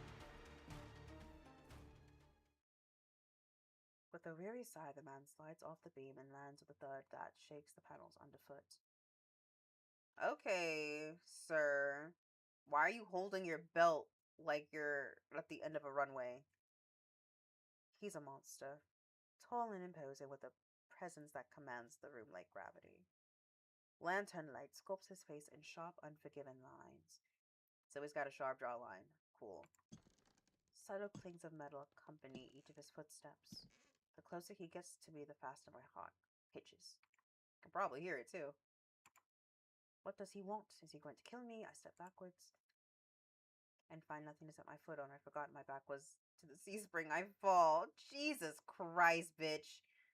Right before a warm hand catches my lower back. Okay. At least he caught you. I'm hovering above the sea spring, the scent of smoke and leather enveloping me. Blazing eyes bore into mine. Well, hey, how's it going? Told you to watch your step. I'm too stunned to muster a response. Like I weigh nothing. Ugh, that always gets me when people lift me up like I weigh nothing. I do weigh nothing, but that's besides the point. There are men that have lifted me that couldn't lift me. And I was like, well, that's really pathetic, my guy. You know how much I weigh? And like the distribution of weight on my body makes me feel lighter than I actually am. Or so I've been told. Following a subtle gesture from his fingers, the souls around us disperse and relax. The shift in their demeanor is so abrupt it gives me a whiplash. The enormous tentacles are no longer in the rafters, though. Now I doubt I ever saw them at all. Either way, I let a breath of relief. Thanks. What the fuck is this pose?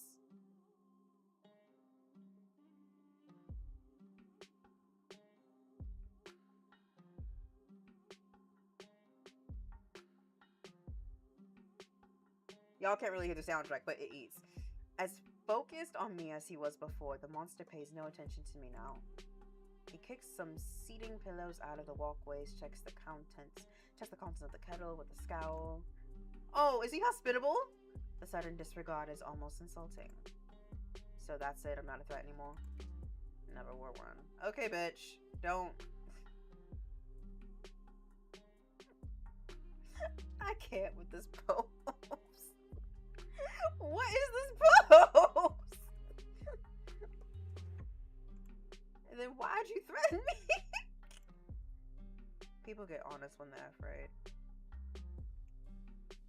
In other words, he was messing with me. I drag a hand over my face, exhausted by the fact that this is the second time a monster has provoked me today. You're ice, aren't you?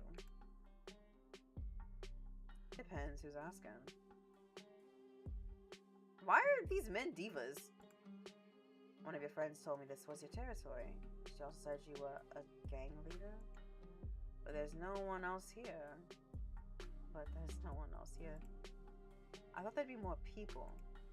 Ace picks up the kettle, walks to the edge of the sea spring, and dumps the contents into the endless red. They took a walk. Aww, look at that smile. Then in an instant, it drops. Oh, there's a sense that I shouldn't ask about that again. What do you need the sea spring's power for? Depends. Can it cure a curse? Probably. You mean you don't know? Nope. The fuck? He shakes out the empty kettle and starts collecting stray cups, tidying up. My frustration builds. I narrow my eyes at him in a questioning glare. When he notices, he returns with an amused smirk.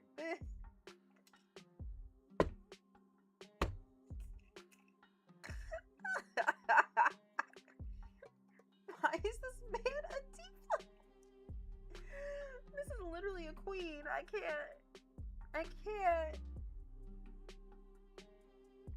can't. Are you being irritating on purpose? Listen, Sparrow. Sea Spring can cure anything. Nothing's stopping you from trying it yourself. What do I have to do? Drink? I have to drink from the sea spring? My eyes glide to the blood-like pool beside us. The idea of ingesting the liquid makes my guts churn. It's not as if I'm averse to elixirs or decoctions. I've made my fair share of them, but one misstep and can usually meet with a fate worse than death. Is there a price? Always. Ace taps his temple with a finger. You lose it a little bit.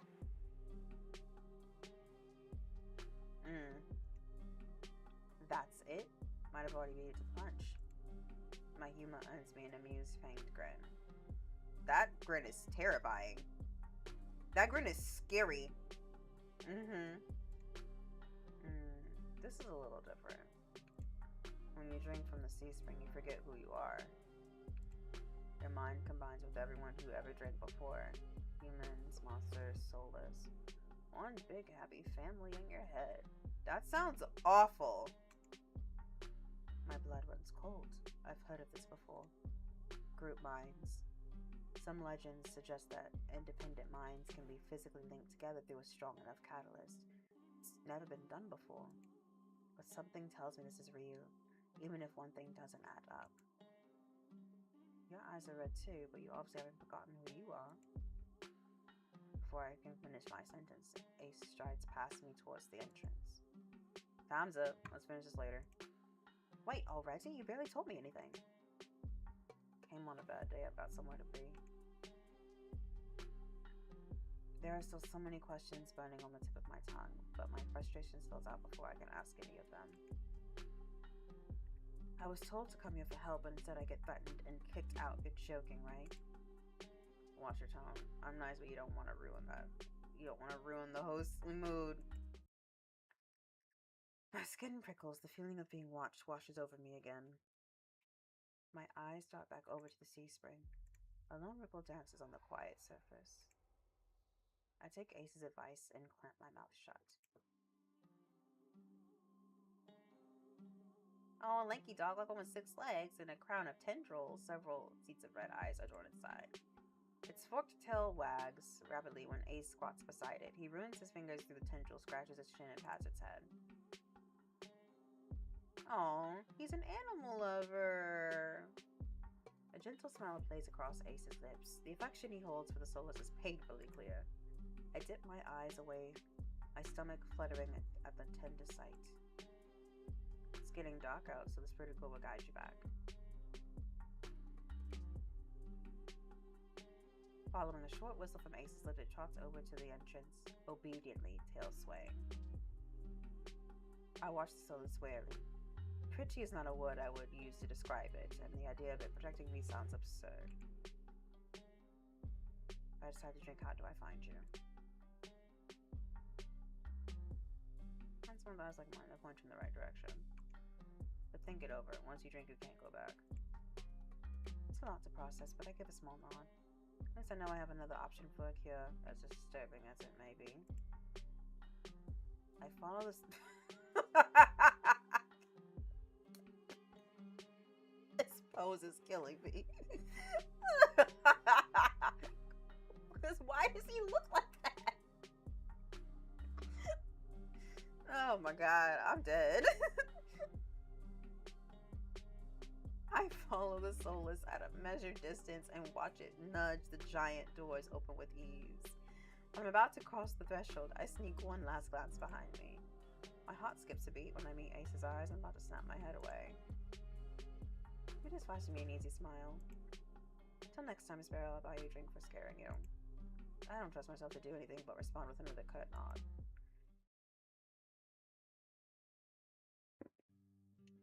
Outside, more crimson-eyed soulless scuttle about. It's hard to believe it's the same threatening pack from before. They chase each other in circles, roll around in the bog's mud. Oh, they're doggies! They pay no attention to me as the dog-like one escorts me away. It's an uneventful trip. Sometimes, the soulless looks over its shoulder at me to make sure I'm still following.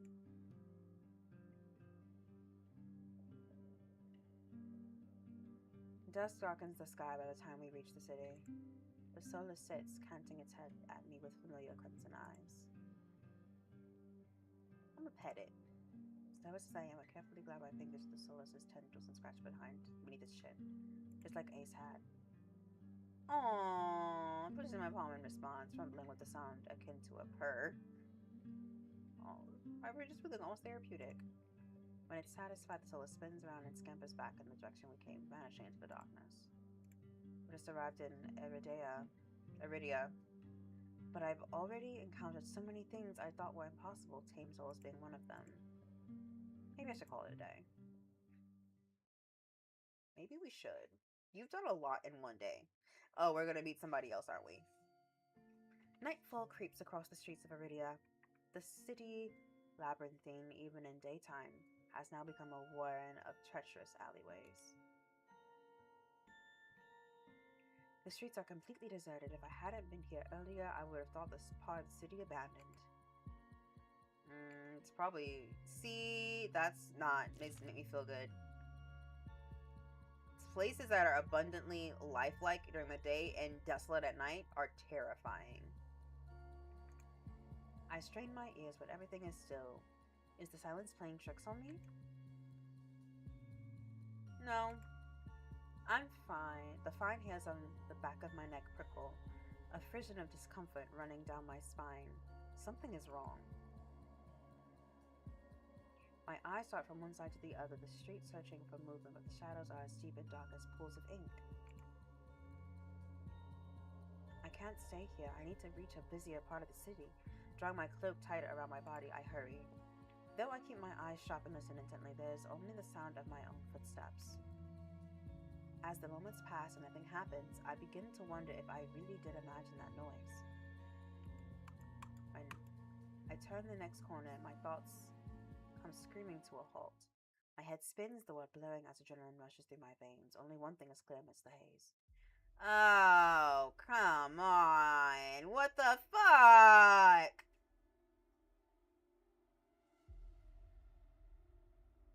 A garland of intestines spilled from pallid flesh. Blood grouts the cobblestones. Holding my breath, I take a step backward. When the wet, slurping sounds don't abate, I take another, then another. Then a shot of God damn it! Then a shot of glass crunches under my heel. The world slows to a crawl as Solus raises its head, blood dripping from its tendrils, every single one of its sulphurous, bulging eyes fixed, unblinkingly, on me. Great. It's really here. It's come back for me. Yeah, run. I'm off like a shot, running for my life through the darkened streets. Behind me, a piercing. Oh my god, that sounds scary. That sounded terrifying in my headphones. Oh my god. Footfalls pound after me.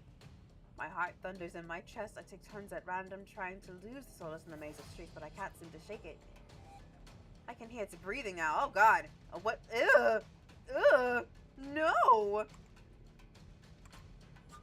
The same claws that severed my arms swipe out. I duck, saved by pure reflex, and skid around a corner only to freeze. A wall twice as high as my bars. As me bars my way. A dead end. Behind me, the Solus looms. It's enormous, taking up nearly the entire width of the alleyway. Its long, claw-tipped limbs give it the advantage of reach. We can't fight that. As Solus prowls closer, my eyes dart from side to side, looking for an escape.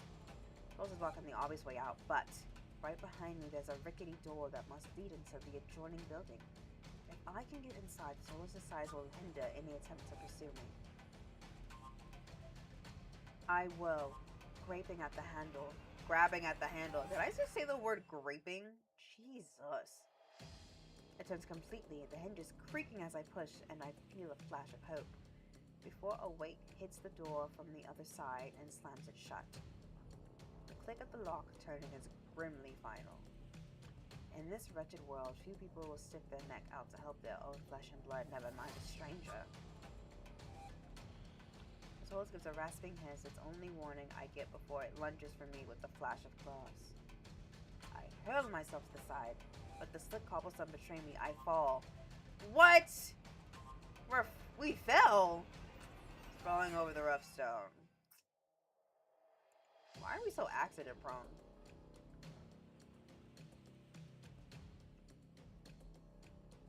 Why are we so accident prone? Ma'am.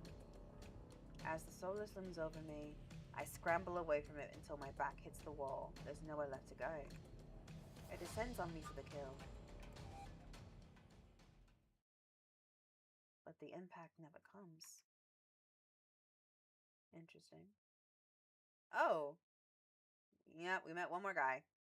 I rarely crack one eye open, then the other, not sure whether I should believe what I'm seeing. A hooded figure crouches in front of me. Oh, from the one from earlier? One bloodstained hand outstretched. Whoa, his eyes are terrifying.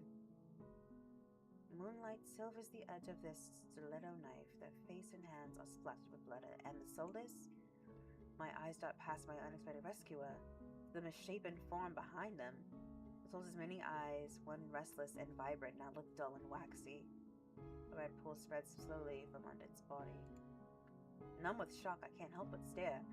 After all the people it's killed after nearly killing me twice, I can hardly believe it's dead. Well, I gingerly take the offered hand. Hunter's gaze dips to my bandages. Pale lips paw on the brink of a question, then close again. With the strength bellying their slight frame, they pull me upright. I can feel the tension in their grip. Their fingers tremble like they want to pull away. It's a sensation I'm all too familiar with myself. Despite their obvious discomfort, they pause for a moment, pale eyes sweeping over me. I'm not going to fall. When I shake my head, they hastily let go and back off, wiping the blood from their face and hands. The hunter turns away from me, the heel of their boot hitting the Solus' gangly body. They lean over it, studying it intently. With their back to me, I realize that their hooded silhouette is familiar. I saw them outside the Zenobia. Vestigial or functional. I'm started out of my thoughts when they speak, but they aren't looking at me. Can't all be processed in the brain. Its occipital lobes would have to be enormous. In fact, I don't think they're talking to me at all. It sounds like they're trying to figure out how the Solus was able to process input from so many eyes at once. I can't say I expected to be rescued by someone who seems more than passingly familiar with neurology.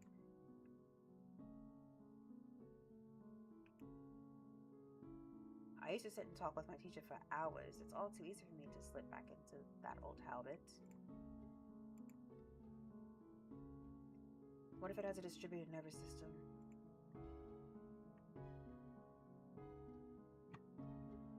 They nod absently, still engrossed in their examination. Possible. Or maybe the sensory input from the additional eyes is rudimentary. Basically only track motion. They tuck themselves off so sharply, I can practically hear their brain catching up to their mouth. Look around, wide eyes landing on me. Sorry, did I say something wrong? No, I just didn't expect. It's been a while since I've had someone answer, that's all. They clear their throat, straightening up. Most people would have run off by now. So, do you need something? It doesn't seem like they're interested in discussing that soulless nervous system any further. Okay. Too bad. They almost seemed approachable.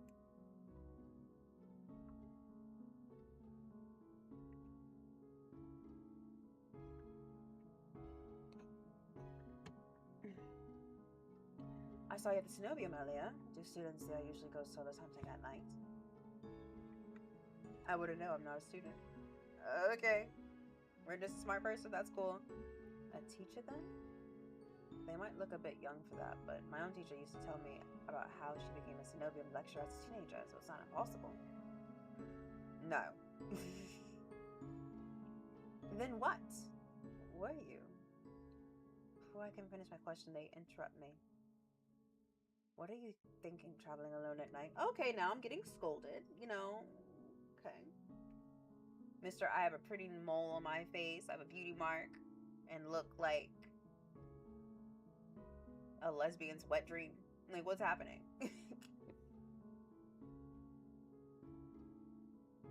This is far from the worst thing haunting Lowtown. I can't make heads or tails of them. First they save me and now they scold me? Lesson learned. I could do without the lecture though. To my surprise, they break eye contact. They frown, though their disapproval doesn't seem directed at me.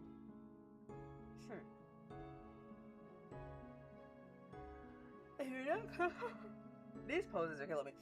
If you're not going to run off screaming, you might as well wait until I'm done. Their attention glides back to the Solus's corpse. They examine it with an inscrutable expression. I clear my throat to fill the silence. I'm Tay. Min. Suddenly Min tenses. Their blade flashes as they drive it into the base of his Solus's skull. Right between the cervical vertebrae. Ugh. The Solus thrashes once, letting out a rattling hiss as the air leaves its lungs. Min. Ugh. Okay, I didn't need the crack in my headphones. Min leans on the blade, driving it deeper and deeper until there's a sickening crunch, and the creature goes limp. My heart thuds in my chest. Must have been coming to life by a thread. Min straightens up, withdrawing their blade in a single smooth motion. Better to put the wretched thing like this out of their misery. They calmly clean the blood from their knife. Min struck the creature with surgical precision. Their quick, clean movements remind me of my dissection lessons. But I've never seen that kind of knowledge used as kill before. Are you some kind of scientist? Min stops mid-motion, lifting their head to stare at me. You knew exactly where to strike. Have you studied anatomy or medicine? Not quite. Why is the Solus inside the city? Min looks at me, eyes searching before realization dawns.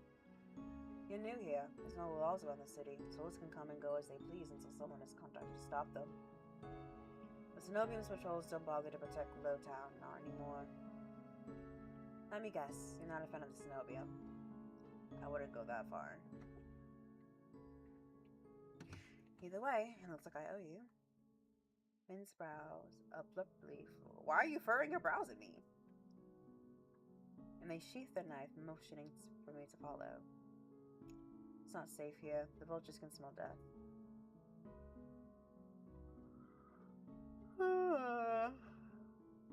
I'm not quite sure what they mean. Hi, oh my god, someone from Saudi Arabia? Hi! How are you? Kareem, hi!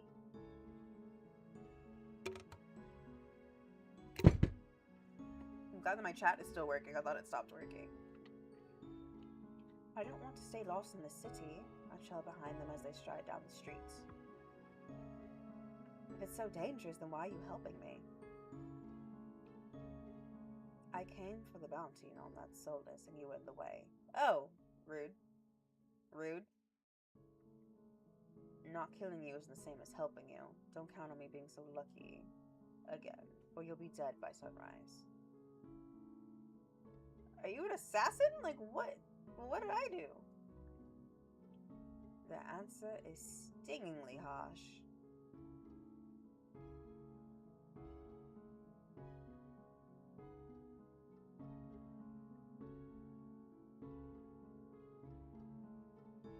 I hold my hands up, trying to forestall any more snippy comments. I'm doing pretty good. We're just playing this, visual novel. We've been playing for about 2 hours now, like 2.5 hours. It's only a demo though, but we're gonna like rate it after the demo's done. How is your day going? Alright, I get it. I'd love to get out of your way, but I'm sort of lost. I just need directions back to my lodgings.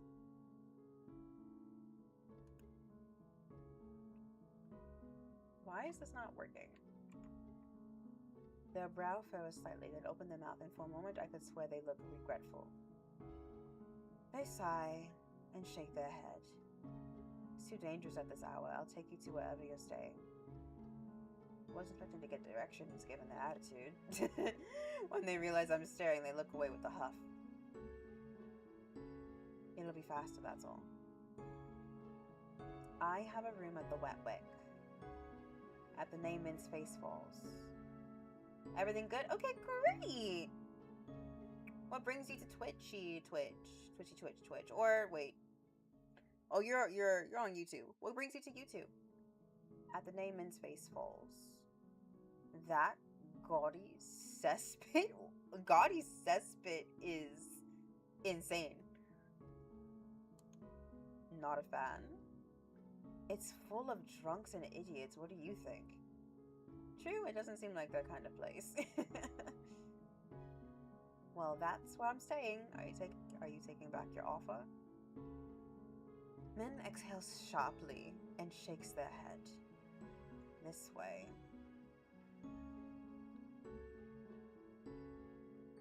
Min's route is completely different from my slow, early morning meandering. Their steps are swift and sure, even though all the streets blur together in the dark. You know the city pretty well. I grew up here. I think that's the first thing they've told me voluntarily since we met. Was it always like this? Min's gaze wanders, dragging along the dingy buildings. I struggle to decipher the expression. Regret? No. Rudy was never perfect, but it used to be a place worth living in.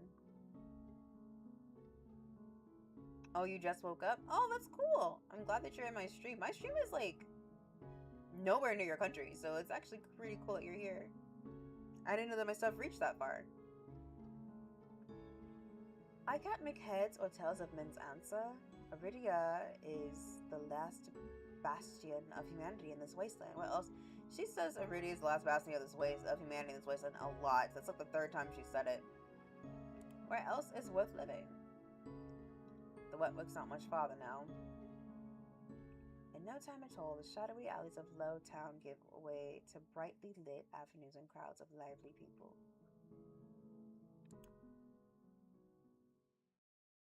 And we're back. It's as if half the city has poured into the Amaryllis district's colorful streets. Laughter, clinking glasses, and music assault my ears from every direction. Yet most of the noise comes from the Wet Wick. Its doors hang wide open, bright lanterns frame a tall and familiar figure. Tay and Min, I see. Why do you look so shocked? Why do you look so shocked? What is this face, sir?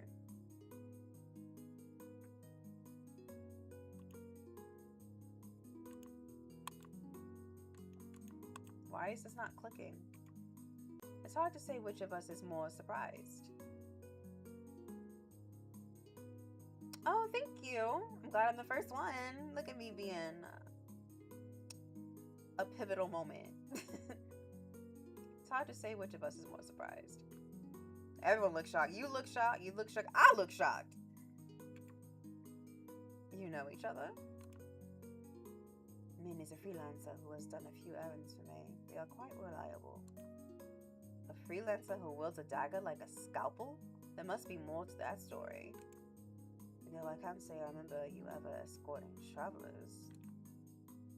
I continually walked into the jaws of a soulless. I thought bringing her here would be less trouble. Ah, if you're staying here, I take it Leander was able to help you. Yes, Diva! Yes, Diva! As it happens, I was also headed in that direction. Shall we? Ugh, fine. He still owes me for yesterday's work. Min drags their feet, reluctantly trailing me into the tavern. Okay, cool. Thank you. Have fun praying. Assalamu alaikum. As soon as the doors open, a wave of sticky heat rolls over me. In the hour since I left, the wick has grown suffocatingly crowded. Kuras stands a head taller than most. Even so, I nearly lose sight of him amid the sea of swarming bodies. The fact you look so fabulous in this moment. Sir, you're serving too close to the sun. You're serving so close to the sun. And I know this place looks dingy and disgusting. The fact that you're wearing white in this establishment is bonkers. Pardon me. As if on cue, the crowd parts. Oh! Kuras glances over his shoulder at Min and me before gliding through. How can anyone breathe in here? Min follows at a clipped pace. Behind the bar, Leander holds a pair of shot glasses brimming with luminous green liquid. And now for the finishing touch. A flash of magic paints the glasses white with frost.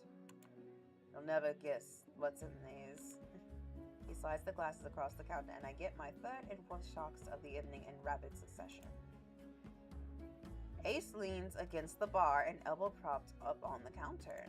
He catches the glasses and lifts one to the light before turning it upside down. The contents, magically congealed, stay firmly in place. You're supposed to make drinks, pretty boy. Don't tell me you're wasted already.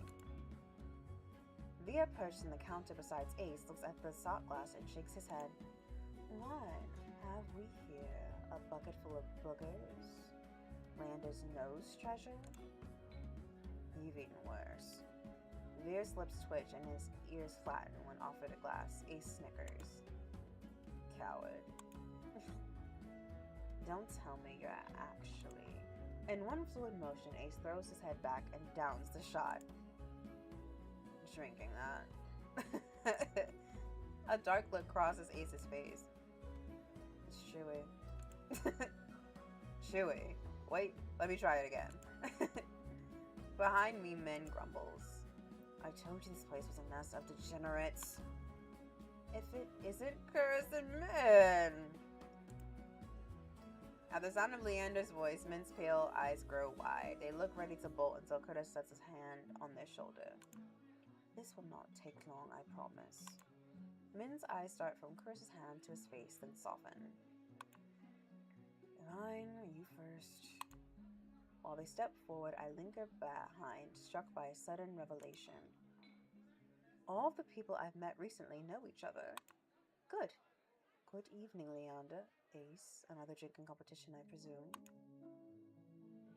Is it evening already? Just some friendly rivalry, Doctor. No need to be alarmed. Kuras acknowledges Leander and Ace with a slight nod, ignoring Veer entirely. Not that Veer seems to mind. He tilts his head, lips curving into an impish smile when he spots Min brooding behind Kuras. I almost didn't see you there, Min. Looking for your booster seat? Oh, don't be a bitch. Min pushes their hood back and leaves Veer with a cool look. I thought pets weren't allowed in here. Veer's eyes narrow. At the first sign of an impending fight, Leander faults over the account. Let's try and keep the pace. It's not every day the esteemed doctor takes us someone a drink. His arm snakes around Kuras's shoulder. Kuras is literally a stand user. Like, what? He looks so out of place. That's a stand user. The stand user could be anybody. Okay?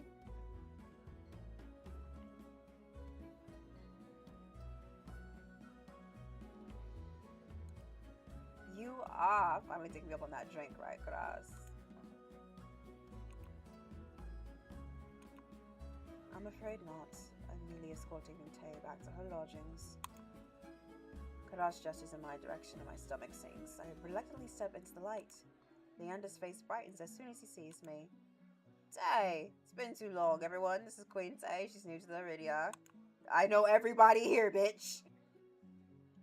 I feel 4 pairs of eyes fix on me, and suddenly the bar seems suffocatingly small. The voice nearly catches in my throat. What did I do?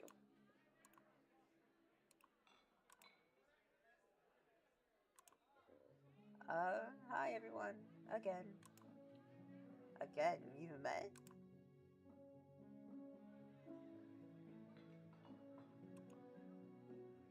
I've met everybody here. Ace and Vera regard me with subtly amused expressions. We did, not that long ago. Oh wait, no. Ace's voice is, we did, not that long ago either. To think we'd cross paths once again, it must be fate. I roll my eyes. Vera looks far too pleased with himself.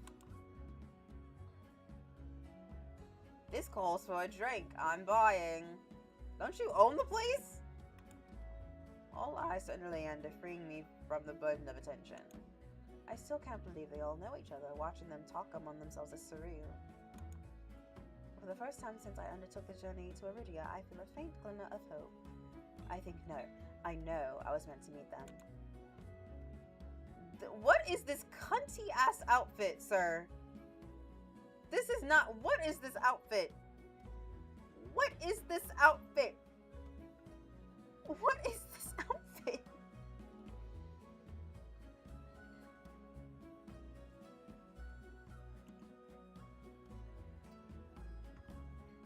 The little present envelope Leander's laughter pulls me from my restless thoughts. I've got to admit, I'm surprised. You make friends fast, eh? I wouldn't go that far. We're more like acquaintances. A wise man once said that acquaintances are merely friends you haven't shared a drink with yet. Okay, get fucking drunk. A wise man? You said that here, last week. Min's lips curl with distaste, but Leander continues, unperturbed. Let's toast to Tay's health. Care to join in, Doctor? Kuras politely declines with a wave of his hand. How about you, Min? No. Are you? No. A resounding pop pierces the din of the bar. We all turn to find the bartender pouring champagne from an old bottle, its label worn blank. He hands the drink to Via. When did they start serving champagne here? Via pauses to lick the foam from his fingers with a coy smile. You don't mind, do you? In a blink, the concern on Leander's face vanishes. No, be my guest. While chuckling, Leander shoots the bartender a questioning look. Completely disinterested in his company, Ace cants his head at me with a delighted smile. Hey, Ace. How about you, Sparrow? I did say I'd buy you a drink. He did say that. No. No, my treat. Ace regards Leander over the rim of his glass, and the dim light, the glint in his eyes look downright dangerous. What'll it be, Tay? I said water's fine last time, but I'll take it. Let's do this.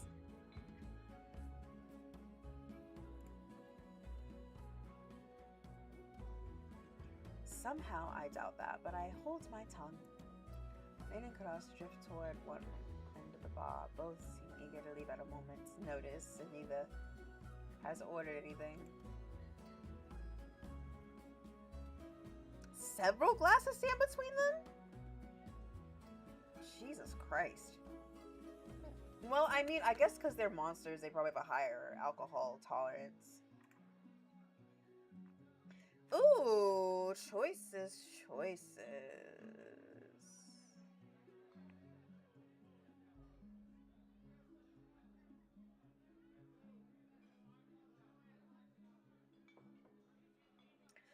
Who should I go with? Ace and Veer, tricksters. Min and Kuras. Kuras' outfit is chef's kiss. I don't know. We'll go with Ace. Eyes meet mine, and a flash of variety gives me a thought that's too wide to be reassuring. Don't worry, Leander's more likely to slip poison into my drink than yours. Excuse me? He considers his cup a tumbler of amber-colored whiskey. Leander's trying to kill me a dozen times by now. It's always a gamble. Via looks my way with a half-lit gaze, softened by his third glass of champagne. If I were you, I wouldn't let Leander put anything in my mouth. He grins, revealing the sharp white tips of his fangs. The Wet Wick is one of Iridia's finest drinking establishments. Allow us to treat you to the best city has to offer. Thanks, Mr. Slade, the house down. May I interest you in the signature watered-down drink, or perhaps some stale nut leather? What is stale nut leather? It's at a chip-turning bowl full of a spindly, speckled jerky that I can only assume is nut leather. What is with the food in this city? If this place is as foul as you say, how come it's completely packed? It's not all bad. Depending on the day, the food's edible. Ace takes a measured sip of his drink. Gotta stick around before the real attraction, so. Before I can respond, Leander returns the tumbler and sets it in front of me. A strip of orange peel bobs in the pool of thin red alcohol. Did you get me a hurricane? What did you do? I eye the drink suspiciously. So far, none of the refreshments have been promising. Relax, it's just the local specialty pomegranate wine. Although, if you're feeling more adventurous, I'm not feeling more adventurous, Leander. I shake my head. Leander wraps his knuckles against the bar until the group falls silent. Alright, everyone, let's toast. May today's stay in Iridia be full of bright adventures and discoveries. Cheers! Leander, Ace, and Veer raise their glasses in unison. Min only crosses their arms. Wow, Min, life of the party over here. Polite indifference is what Karas is watching us with. I tip my drink back. The wine is eye-wateringly strong. Despite the sharp, bitter edge, it goes down smoothly. One sip softens the edge of my vision. The next fades the din of the crowded bar into a low, persistent murmur.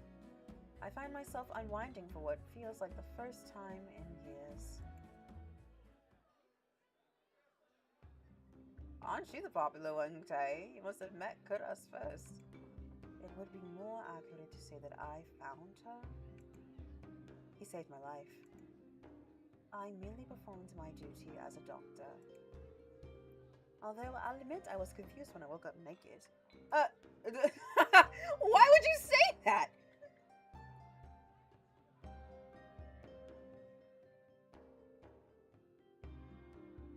Leander makes a joke.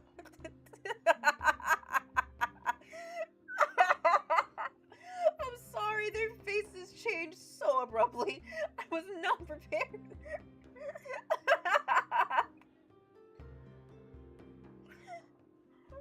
Some of mine in mid-size. It's not what you think. Queen Tay was in grave condition. I could hardly treat such injuries through tattered clothes.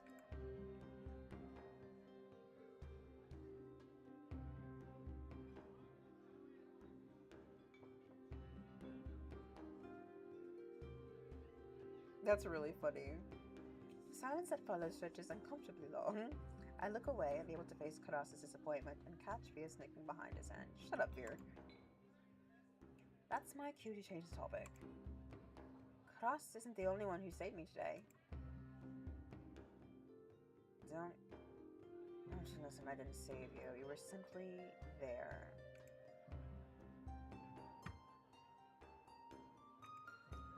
That's Min for ya. Leander reaches for Min, but they duck under his arm with practiced ease. As reliable as they are moody. You're the one to talk considering you neglected to warn her to stay off the streets at night. Well, of course I warned her, I think. Min's only response is a short breath. At any rate, I never got a chance to thank you, Min. Don't. The less soulless alive, the better. Min's eyes flick towards Ace, and her lips twist. Ace is too busy nodding along to Via's enthusiastic pantomime of stabbing to notice. I've had enough of this hellhole. Let's go. Min and Kurash share a brief look, and the doctor speaks up. Very well, but there is something I must discuss with Leander, if you'll excuse us, Tay. And just like that, the three of them depart, leaving me alone to savor my drink in silence. Or so I think, until I hear a voice so soft, I know it's practically up. It better be Vera. Yeah. Lost your tour guide. I turn to find two pairs of slit eyes trained on me. It's not lost on me that Ace and Vera chose to pounce the instant the others left. Of course, I'd be stuck with the two most irritating people I've met all day. Monsters are not. There's no telling what I'll do if either of them push me again. Don't tell me Leander already snuck out back to get his knob slobbered. Gross. He's got business with Karas and Min. 2-on-1 business, huh? Lucky. Veer, why are you disgusting? I can't tell if that's the champagne or the company, but Veer has grown noticeably more relaxed. He sits with his chin propped in the back of his hand, his tail sways lazily. Why are you so far away? Come join us. He passed the empty bottle beside Ace, but I hesitate. The smile Veer wears is sweet and distinctly sly, and with the drinks in his mix, I dread how he and Ace will mess with me next. We don't bite. We don't bite. I'm not sure about that. You already tried to rob me and you threatened me. Me? Steal? You must be mistaken. You sure it was me? You sure it was me? Yes, it was you, and then you had the goal to kick me out so you could go drinking. Ace gives him one of his shrugs. I have to give you a reason to come. Okay, miss me already? Bitch, I don't know what I would do. I'd probably fail, honestly. Miss me already? No, I don't miss you. I don't miss you. I stare at him flatly, unimpressed by his deflection. Via suddenly leans towards me, gossamer sleeves pulling where he rests, his elbows on his knees. Hayes sets his hand on Via's waist, narrowly preventing him from tipping over the counter. I'm afraid we got off on the wrong foot. How about we start fresh, begin with proper introductions and whatnot? I'll start. The name's Via. I'm a soulless hunter of no small renown. Via's hand flutters to his chest. Slay. And he bows his head, flinching when hair falls over his eyes. Ace doesn't say anything, so I suppose it's my turn now.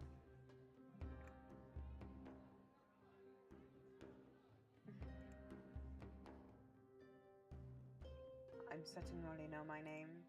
Hard not to when Leander shouts it every other second. Via tips his head back and drains the rest of his champagne.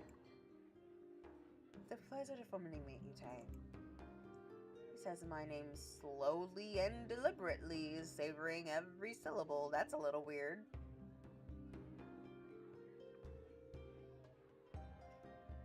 A tingle jumps down my spine. I quickly turn my gaze away.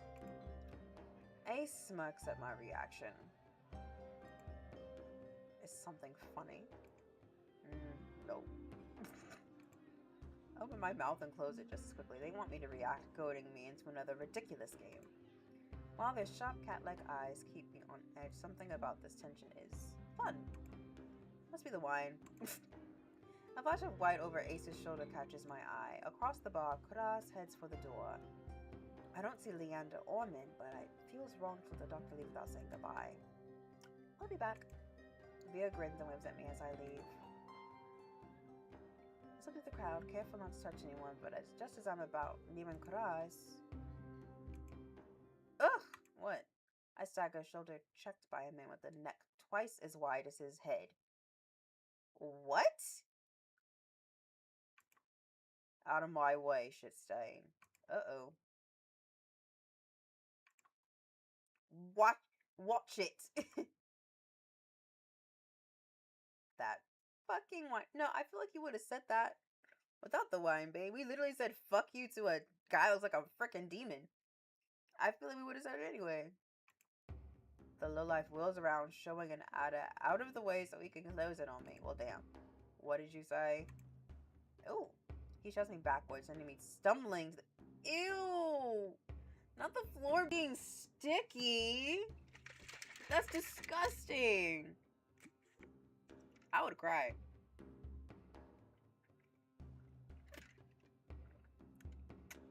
I would cry.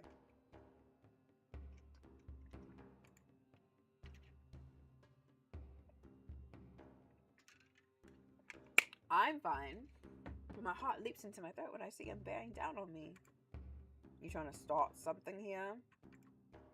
The lowlife freezes, his fist cocked back. A group of adders circle him, sizing him up. What feels like an agonizingly long time, the lowlife looks from me to the adders. Finally, he sniffs and spits on the floor next to me. That's disgusting. The wad narrowly misses my cheek. Screw it. Too many freaks in this circus tonight. He turns his back on me. Oh!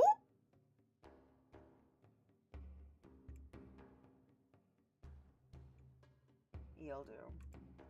What happens next is a blur. Ace's fist crashes into the man's jaw, causing a frenzy of gas shouts and even cheers. I scramble to my feet as the frantic crowd swarms around me. Through the ruckus, I hear Leander shouting, "Take it outside, Ace! Everyone drinks are on me." What the fuck? Was that the wicker upsetting hoots and what is happening? The ring around me disperses as adders and onlookers rush toward the bar. Through the thinning crowd, I catch glimpses of familiar faces.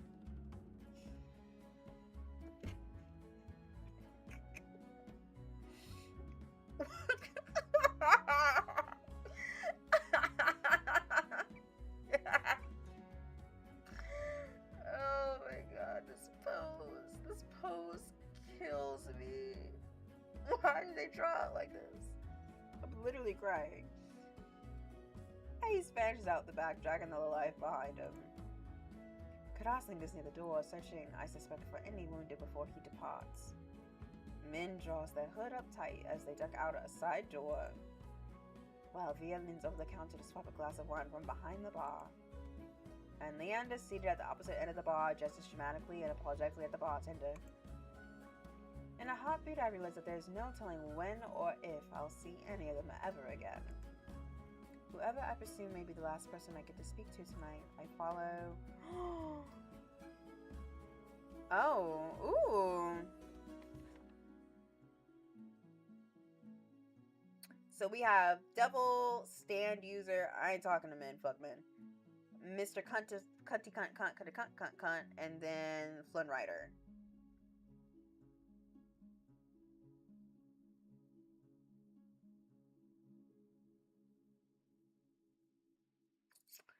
We're gonna go for Ace, only because he's an animal lover.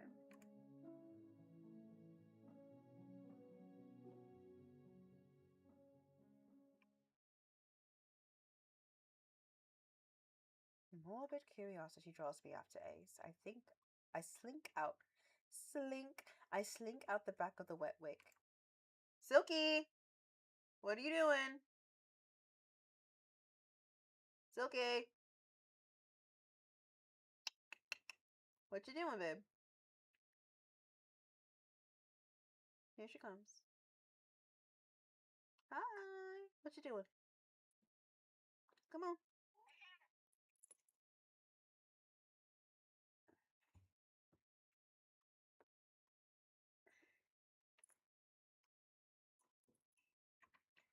The alley's dead silent, not really what I expected from a fight. Oh my god! That crunch was crazy. In my ears. A dull crunch reaches my ears, then a thud. I peer around the corner of the building, careful to keep hidden. Dark, glistening red coats, the ground, spidering down shallow ridges in the cobblestone. It guides my eye to a collapsed body across from me. Once so violent, the lowlife is now little more than a sack of crumpled flesh blotted with mud. Oh my god. He killed him.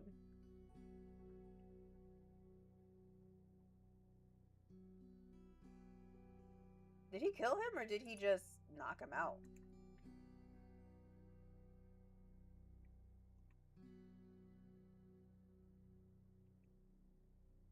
Not running Sparrow. I rarely rise to my feet, moonlight illuminating my face. I thought it was out of sight. Got eyes in the back of my head. Ice steps off the man. My eyes stay locked on the body. It's wet with layers of blood and grime and completely still. He's alive. He's alive. Are you sure? Calling me a killer or a liar?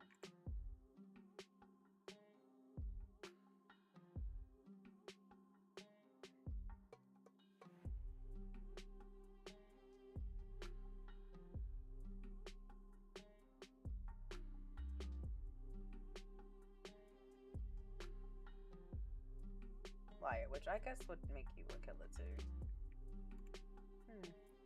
In that case, he's dead. He's funny. And his theme music slaps!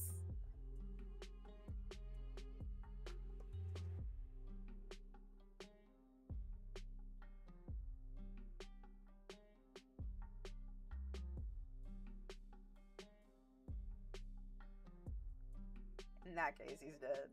In that case, he's dead. I squint and Ace smirks back. Yeah, you cute. I know. Don't believe me. To be honest, it's hard to believe anything coming out of your mouth. I'm a liar after all. Bitch, fuck you. Ace tries to rub his reddened knuckles clean, but ends up smearing the blood around more. I keep making bad impressions on you. I didn't know you cared about my opinion. Just prefer you didn't piss yourself when we talk. Annoyance bubbles in my chest. Well, I'm not pissing myself, it will get bad impressions. Like the first time we met, Ace chips away at my fear, replacing it with irritation instead. Yes, hi, honey. Why are you rubbing on me like that?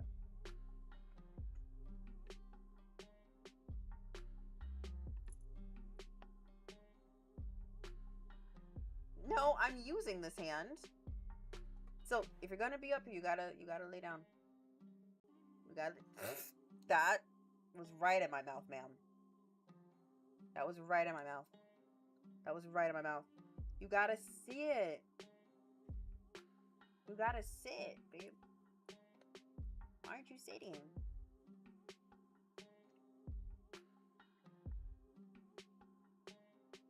Like the first time we met Ace, placing it with your chin instead. He knows beside the lowlife and frisks him. I can't believe but wonder if the crime was worth the punishment, but I hold my tongue. Deftly, Ace's hands search through the man's pockets. Doesn't take him long to find his prize. A cigarette and a matchbox. Oh my god. He strikes a match and sparks illuminate his angular features with a golden glow. Distracting for a moment from my gaze, inevitably drops back to the muddy body. They're just gonna leave him there? Ace draws deep from the cigarette. He exhales heavily, a smoke curling past his lips. I breathe in a sweet spice scent. As his tension melts away, he looks at me with cool, lidded eyes. Should I give him a blanket? Should I give him a blanket? Unbothered by the maybe corpse, he takes a seat on a crate opposite the bar. I stand awkwardly, forgetting why I came out here in the first place. An unpleasant silence drifts between us. They gotta stop posing him like that because that is so fucking funny. Oh, that's nice. Bitch, fuck you!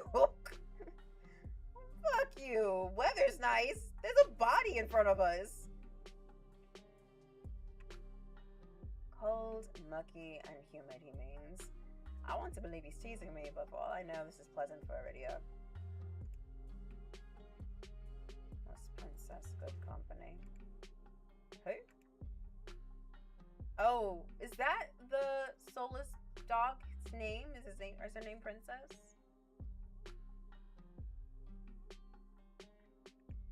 The soulless who escorted you back. You named it Princess? Jealous. No. I return his smile. You have no idea.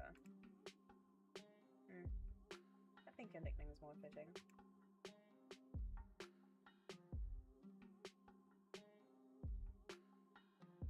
Sparrow. Not sure where Ace got it from. Maybe I should tell him to call me by my name, but it's kind of nice.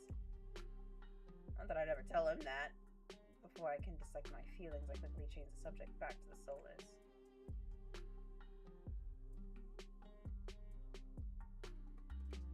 Feels kind of cute in a weird way.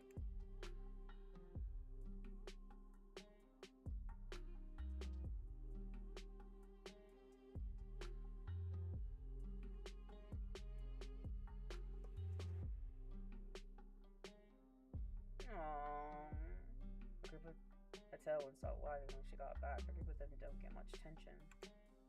Think she's cute now. Wait till you see her tricks. Oh my god. He's adorable. He taught her tricks. Princess is a smart one. She'll learn anything if you have the right rewards. Sounds about right. The idea of tamed soulless is still so outlandish to me. I was attacked by a mindless, bloodthirsty beast and he's talking about them like they're pets. But it's possible because of the sea spray. I need to get the answers he wouldn't give me before.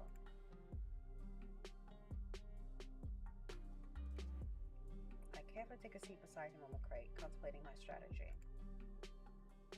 Ace doesn't seem to mind. He closes his eyes, tilts his head back against the wall, relaxed. Without the yes, Silky. What the fuck? Hi, baby. Without the pressure of his intense gaze, I feel myself ease up. As long as I keep my attention away from the bloody heap across from us. I glance over at Ace and let my eyes linger. A sea glass colored tattoo spirals up his arm, painting over grooves of muscle. Silver surely glints in the moonlight, drawing my eyes to his bare chest. Rough hands, carved jaw. He's gonna open his eyes. His ears, his horns, his pupils, everything about Ace is sharp, even the fangs that only show when he grins. But as dangerous as he appears, I can't help wanting to know more. Wonder how recently he crossed over to this world and why. What's your verdict? What's your verdict? I whip my head in the opposite direction. What verdict? Got a long, good look. Are you impressed or do I need work? What the fuck? What the fuck? What do you mean? Why are you doing this to me? Don't fall, Silky. Baby, don't fall. Ow. Okay. Ma'am. Put your butt down. Put your butt down. Hi. Put your butt down.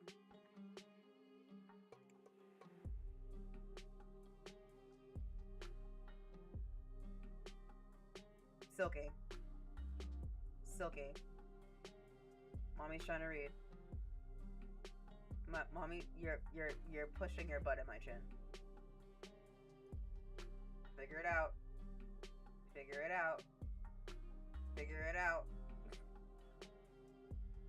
Ma'am. Ow. Ma'am. I'm trying to... Silky. No. Okay, you're... Silky. I'm about to kick you out. Stop.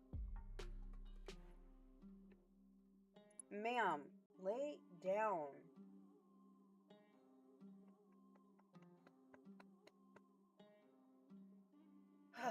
This cat is ridiculous. purring like crazy right now. My face grows hot. You're annoying. You're annoying.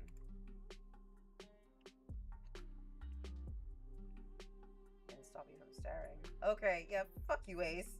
Fuck you, Ace. My embarrassment spikes. Without thinking, I blurt out a new topic. I have questions about the sea spring. Yep. Boredom eclipses his amusement in an instant and he closes his eyes again. Of course you do. I thought I made myself clear about what you'd be giving up. Yeah, before you kick me out to go drinking, I still need to know more. My turn for a question. It sounds more like an order. I bristle under his narrowed gaze. Fine. He takes a long pull from his cigarette and lets the smoke trail slowly from his nose. Your curse. What about it? The song and dance is all too familiar. The selfish questions come first. What does it do? Is it painful? Can you control it? I brace myself for the inevitable onslaught. Is the thought of living with it really so unbearable? My dread dies with his words. No one has ever asked me that before. You've survived this long. Unless you're running out of time, I'd wonder if it's really worth the sacrifice.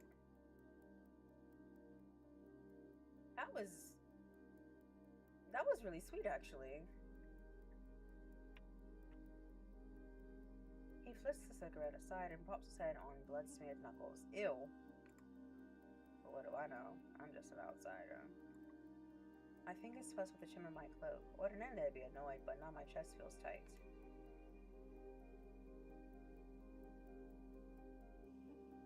You could have sold me if you were less honest, you shit salesman. Thought I was a liar. Okay, yeah, fuck you. I changed my mind.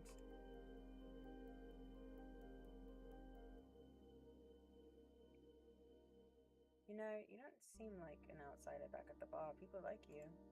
I'm guessing they're the reason you ditched me earlier. It wasn't personal. I was lonely. The answer's so simple, it disarms me. Hard to blame him for that. Then you owe me. Call the price of forgiveness. Ace raises a brow at me. If I'm going to last in the city, I need to know who I'm dealing with. I start by asking about.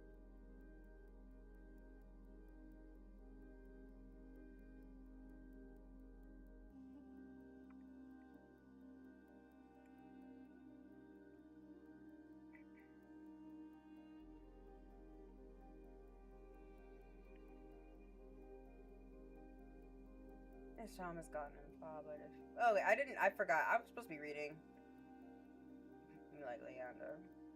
Doesn't everyone? He's helped me a lot since I arrived in Aridia. Even got me a free with the wet wick. His charm has gotten him far, but poor Leader likes it when others take charge. Part of me just really wants to ask what he means, but Ace continues before I get the chance. Surprised we get along. I thought you'd be at each other's throats, not drinking buddies. His smile is easy, but there's a dangerous edge to it. Leander's done a good job for a human. Naturally, there'll come a time when his resolve will be tested. Same could be said for anyone, in this plane or the next. As for my resolve, stick around in a video long enough and you'll find out. Bitch! Bitch! Bitch! Why?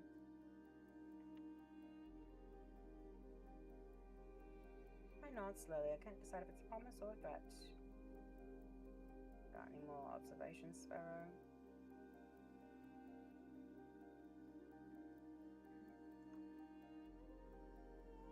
I didn't know that you and Karas was friends.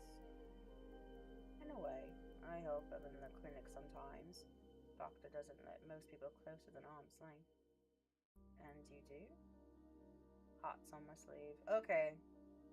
I like him a lot, actually. I thought Leander was going to be my favorite, or Karas, but I think it's Ace. And I don't know what that says about me. I don't know what that says about me. Well, he is my type. Dark features, sharp features, dark hair. It's typically what I go for.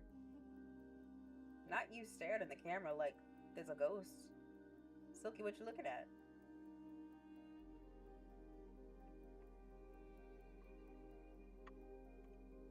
The sense Kadas was like that in the past. Must have been burned. He trails off, then shrugs. He opens up on his own ways if relaxed enough. I can't even imagine that. You'd be surprised, and the doctor has an endearing side. I can't decide what's more intriguing, the fact that Kadas has an endearing side or that Ace managed to coax it out of him.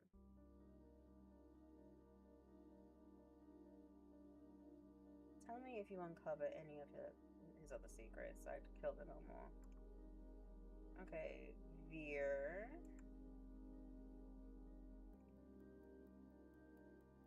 I was surprised to see that you and Veer are close. Oh, are you leaving now?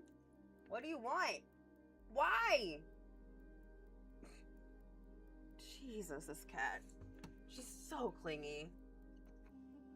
But she is a pandemic kitty, so makes sense.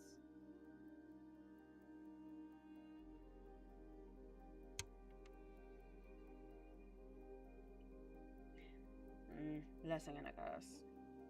From what I've gathered, most people think he's, I don't know, an asshole? Hell, I gathered that in the first 5 seconds. And water's wet. And water's wet.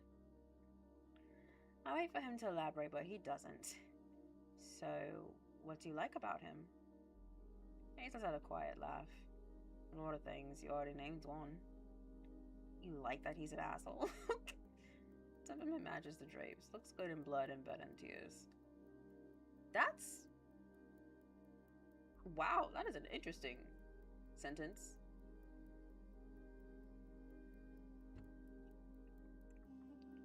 Favorite thing's the tail.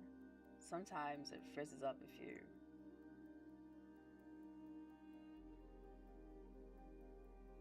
Catches himself, clears his throat. It's hard not to let the disappointment show my expression. Veer's one of the most honest people you'll meet. Just don't listen to a single thing he says. Well, that was confusing. Yeah, that it is. Let's talk about men. Maybe men doesn't necessarily like you, but they definitely pay attention to you. Ace's exacerbated reaction takes me off guard. He growls, pinches the bridge of his nose. I make enemies as easily as I breathe. Sparrow doesn't bother me. But that dove's got it out for me for no reason. Maybe they're unsettled by the sea spring? It's not about that. Goes without saying that they've got some issues. Don't think they understand that you catch more flies with honey than vinegar.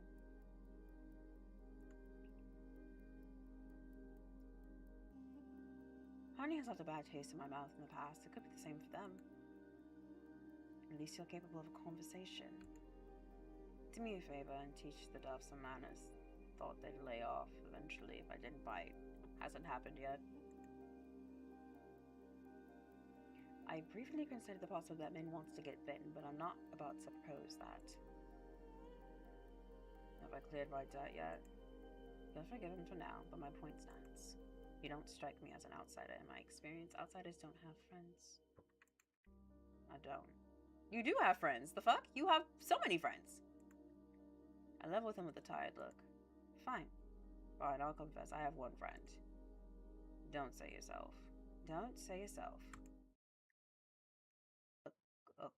Curious?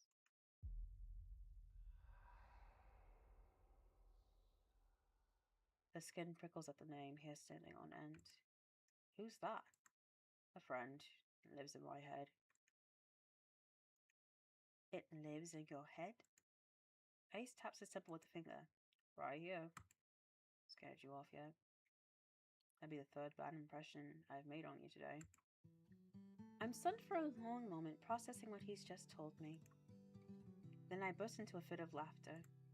You're serious? He grins, wide enough to flash his fangs. Deadly. It sounds so fucking absurd. What? Especially with all of everything I've gone through in the past 2 days, it feels like I'm living a fever dream. I've come close to death more times than I can count. I've encountered them soulless and horrified group mine. I'm supposed to believe that there's someone living inside Ace's head. There are tears in my eyes by the time I rein myself in. Ace waits patiently, lips quirked in amusement. Sorry, I didn't mean to laugh. You just made it sound so normal. Tension that wound my shoulders so tightly has melted away. For the first time in a long time, I don't feel like I'm bracing to break. I feel like I can breathe. Look at you. Duck is wearing the rat's ass, are you?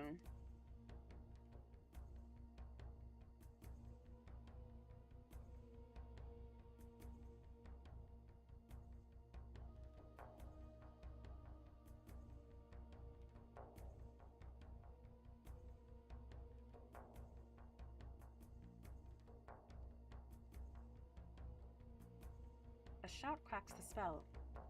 Raucous, gruff shouts echo down the streets, followed by the thunder of heavy boots sloshing through mud. The voices share the lowlife's accent, the same lowlife who still may be deadly, lying bloodied across from us. I nearly forgot about him. I jump to my feet as their voices get louder, they're closing in quick. And then Ace pulls up. Moonlight. We dive into a nook between buildings, veiled in the shade of tattered canopies. It's a tight fit. Ace boxes me in against the wall, close enough that the air between us vanishes. For the second time today, the heady scent of smoke envelops me, now cut with the metallic tinge of someone else's blood. Ace pitches his voice lower. Quiet. My heart leaps into my throat. I'm suddenly acutely aware of the heat radiating off Ace, the feeling of his legs grazing my thigh. Oh, he's that close? This is bad.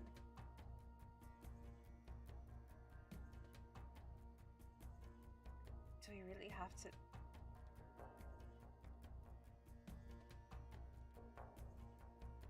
Okay, covering my mouth was not necessary, sir. That's a little rude. A group of individuals, all brandishing spiked weapons, fill the alley. They wear violent sashes, some kind of uniform. I wish I could see what they're doing, but Ace's arm blocks my sight. My eyes trail up the teal markings that coil around his arm, his bicep. They lead up to his collarbone past the cords hanging around his neck. And to the smuggest smirk I've ever seen.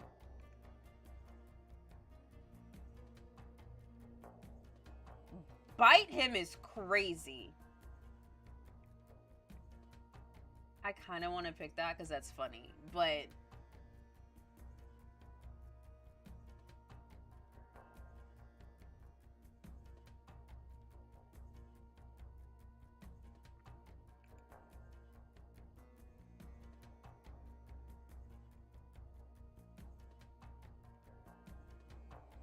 I'm not reading. Sorry. Sorry, I'm not reading. I started a speed reading. Okay, I'm gonna see what each one does. Let me see. Reset, glare. I would love nothing more than to chew him out, but his hand is clamped over my mouth. I fix him with the deadliest glare I can muster. Ace responds with a wolfish grin, and I realize I've locked myself into eye contact with him. A thrill jokes through me, my face hot beneath his touch. This can't be happening. Why am I getting so worked up in this situation? The voices in the alleyway grab Ace's attention this time. Oh? Shit, he's got more broken ribs than the whole one, so I gotta freaking do this. Okay, what would I do if I stare at his chest?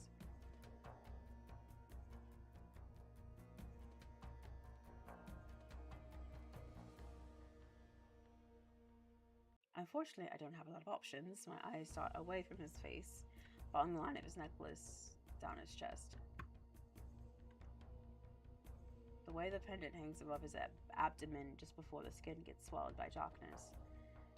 A thrill jolts through me, my face hot beneath his touch. This can't be happening. Why am I getting so worked up in this situation?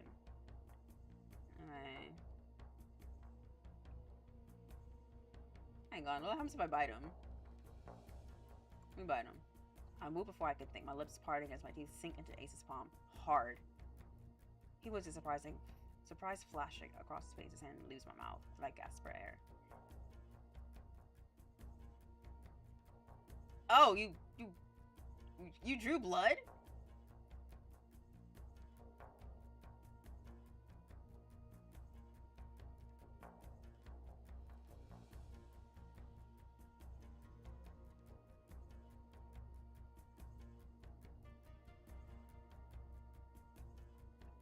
So do we keep the bite or do we go back to the staring at him? I like the staring at him. That was cute. But he seems fine with this. Okay, we're fine. We'll keep going with this.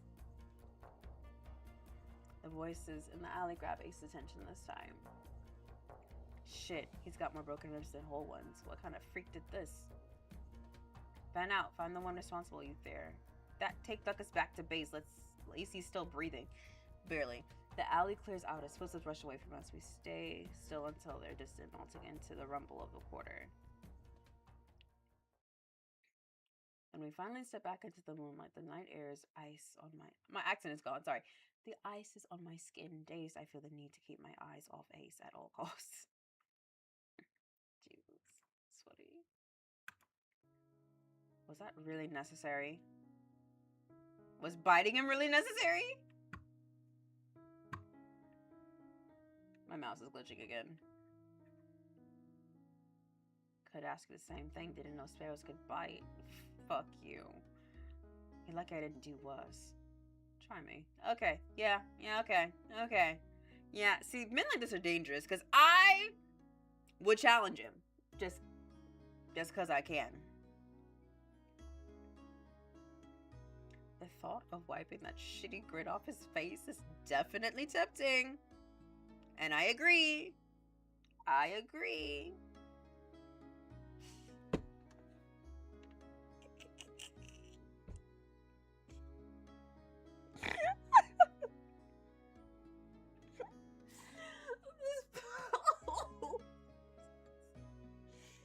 This pose is ridiculous. Why?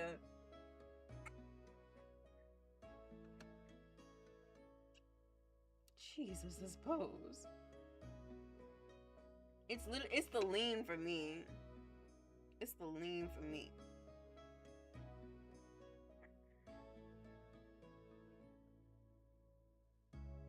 It's the lean for me. Staying hidden was the best option. We'd be a hassle to run into them with you there. What, because I'm dead weight? Because 3 bad impressions are enough for one day. The answer's too vague for my liking, but he's probably right. Either way, I don't have the energy to argue. Come on, Sparrows, get you home before you're framed for murder. Very funny.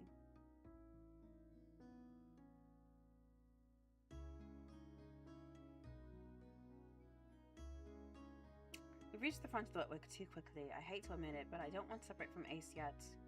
Not just because he never answered my questions. No, he's cute in his own little clarifying way.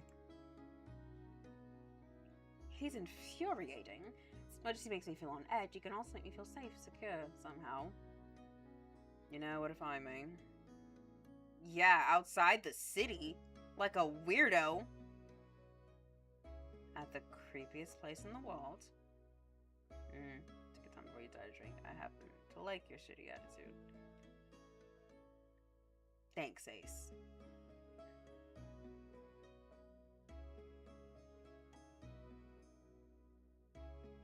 Gives me a moment to process that. My eyes floated down to my feet. I'll keep that in mind. Okay, wait. Actually, I want to see what happens if we don't bite him. Hang on. Hang on. What happens if we glare at him?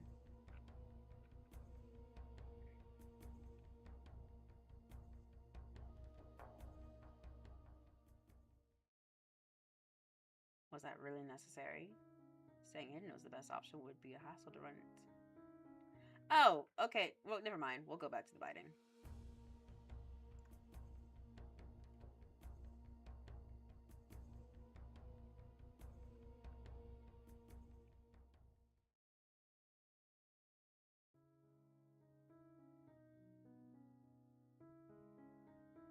This pose is so stupid. Very funny. Take your time before you decide to drink. I happen to like a shitty attitude. It takes me a moment to process that. Then my eyes roll down to the floor. I'll keep that in mind. When I glance back up from the ground, Ace is already down the street. What the fuck? Ace?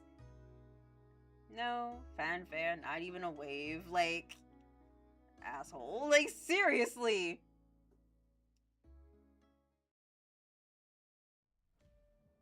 Choose your fate.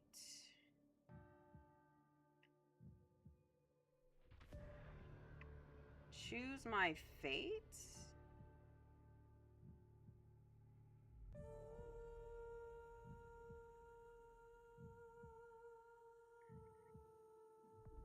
So we have Mr. Slade boots the house down, Flynn Ryer but hotter.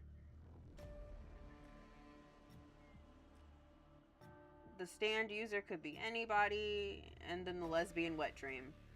I'm not sure.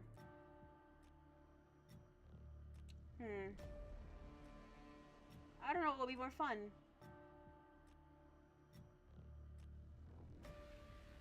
I guess Ace because he's an animal lover.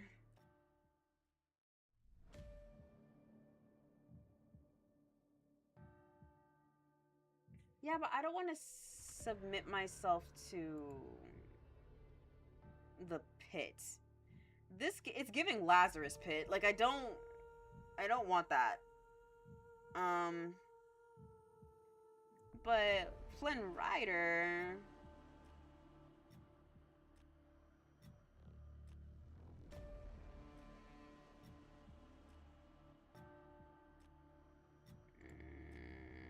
I don't know what the hell Veer would even offer me.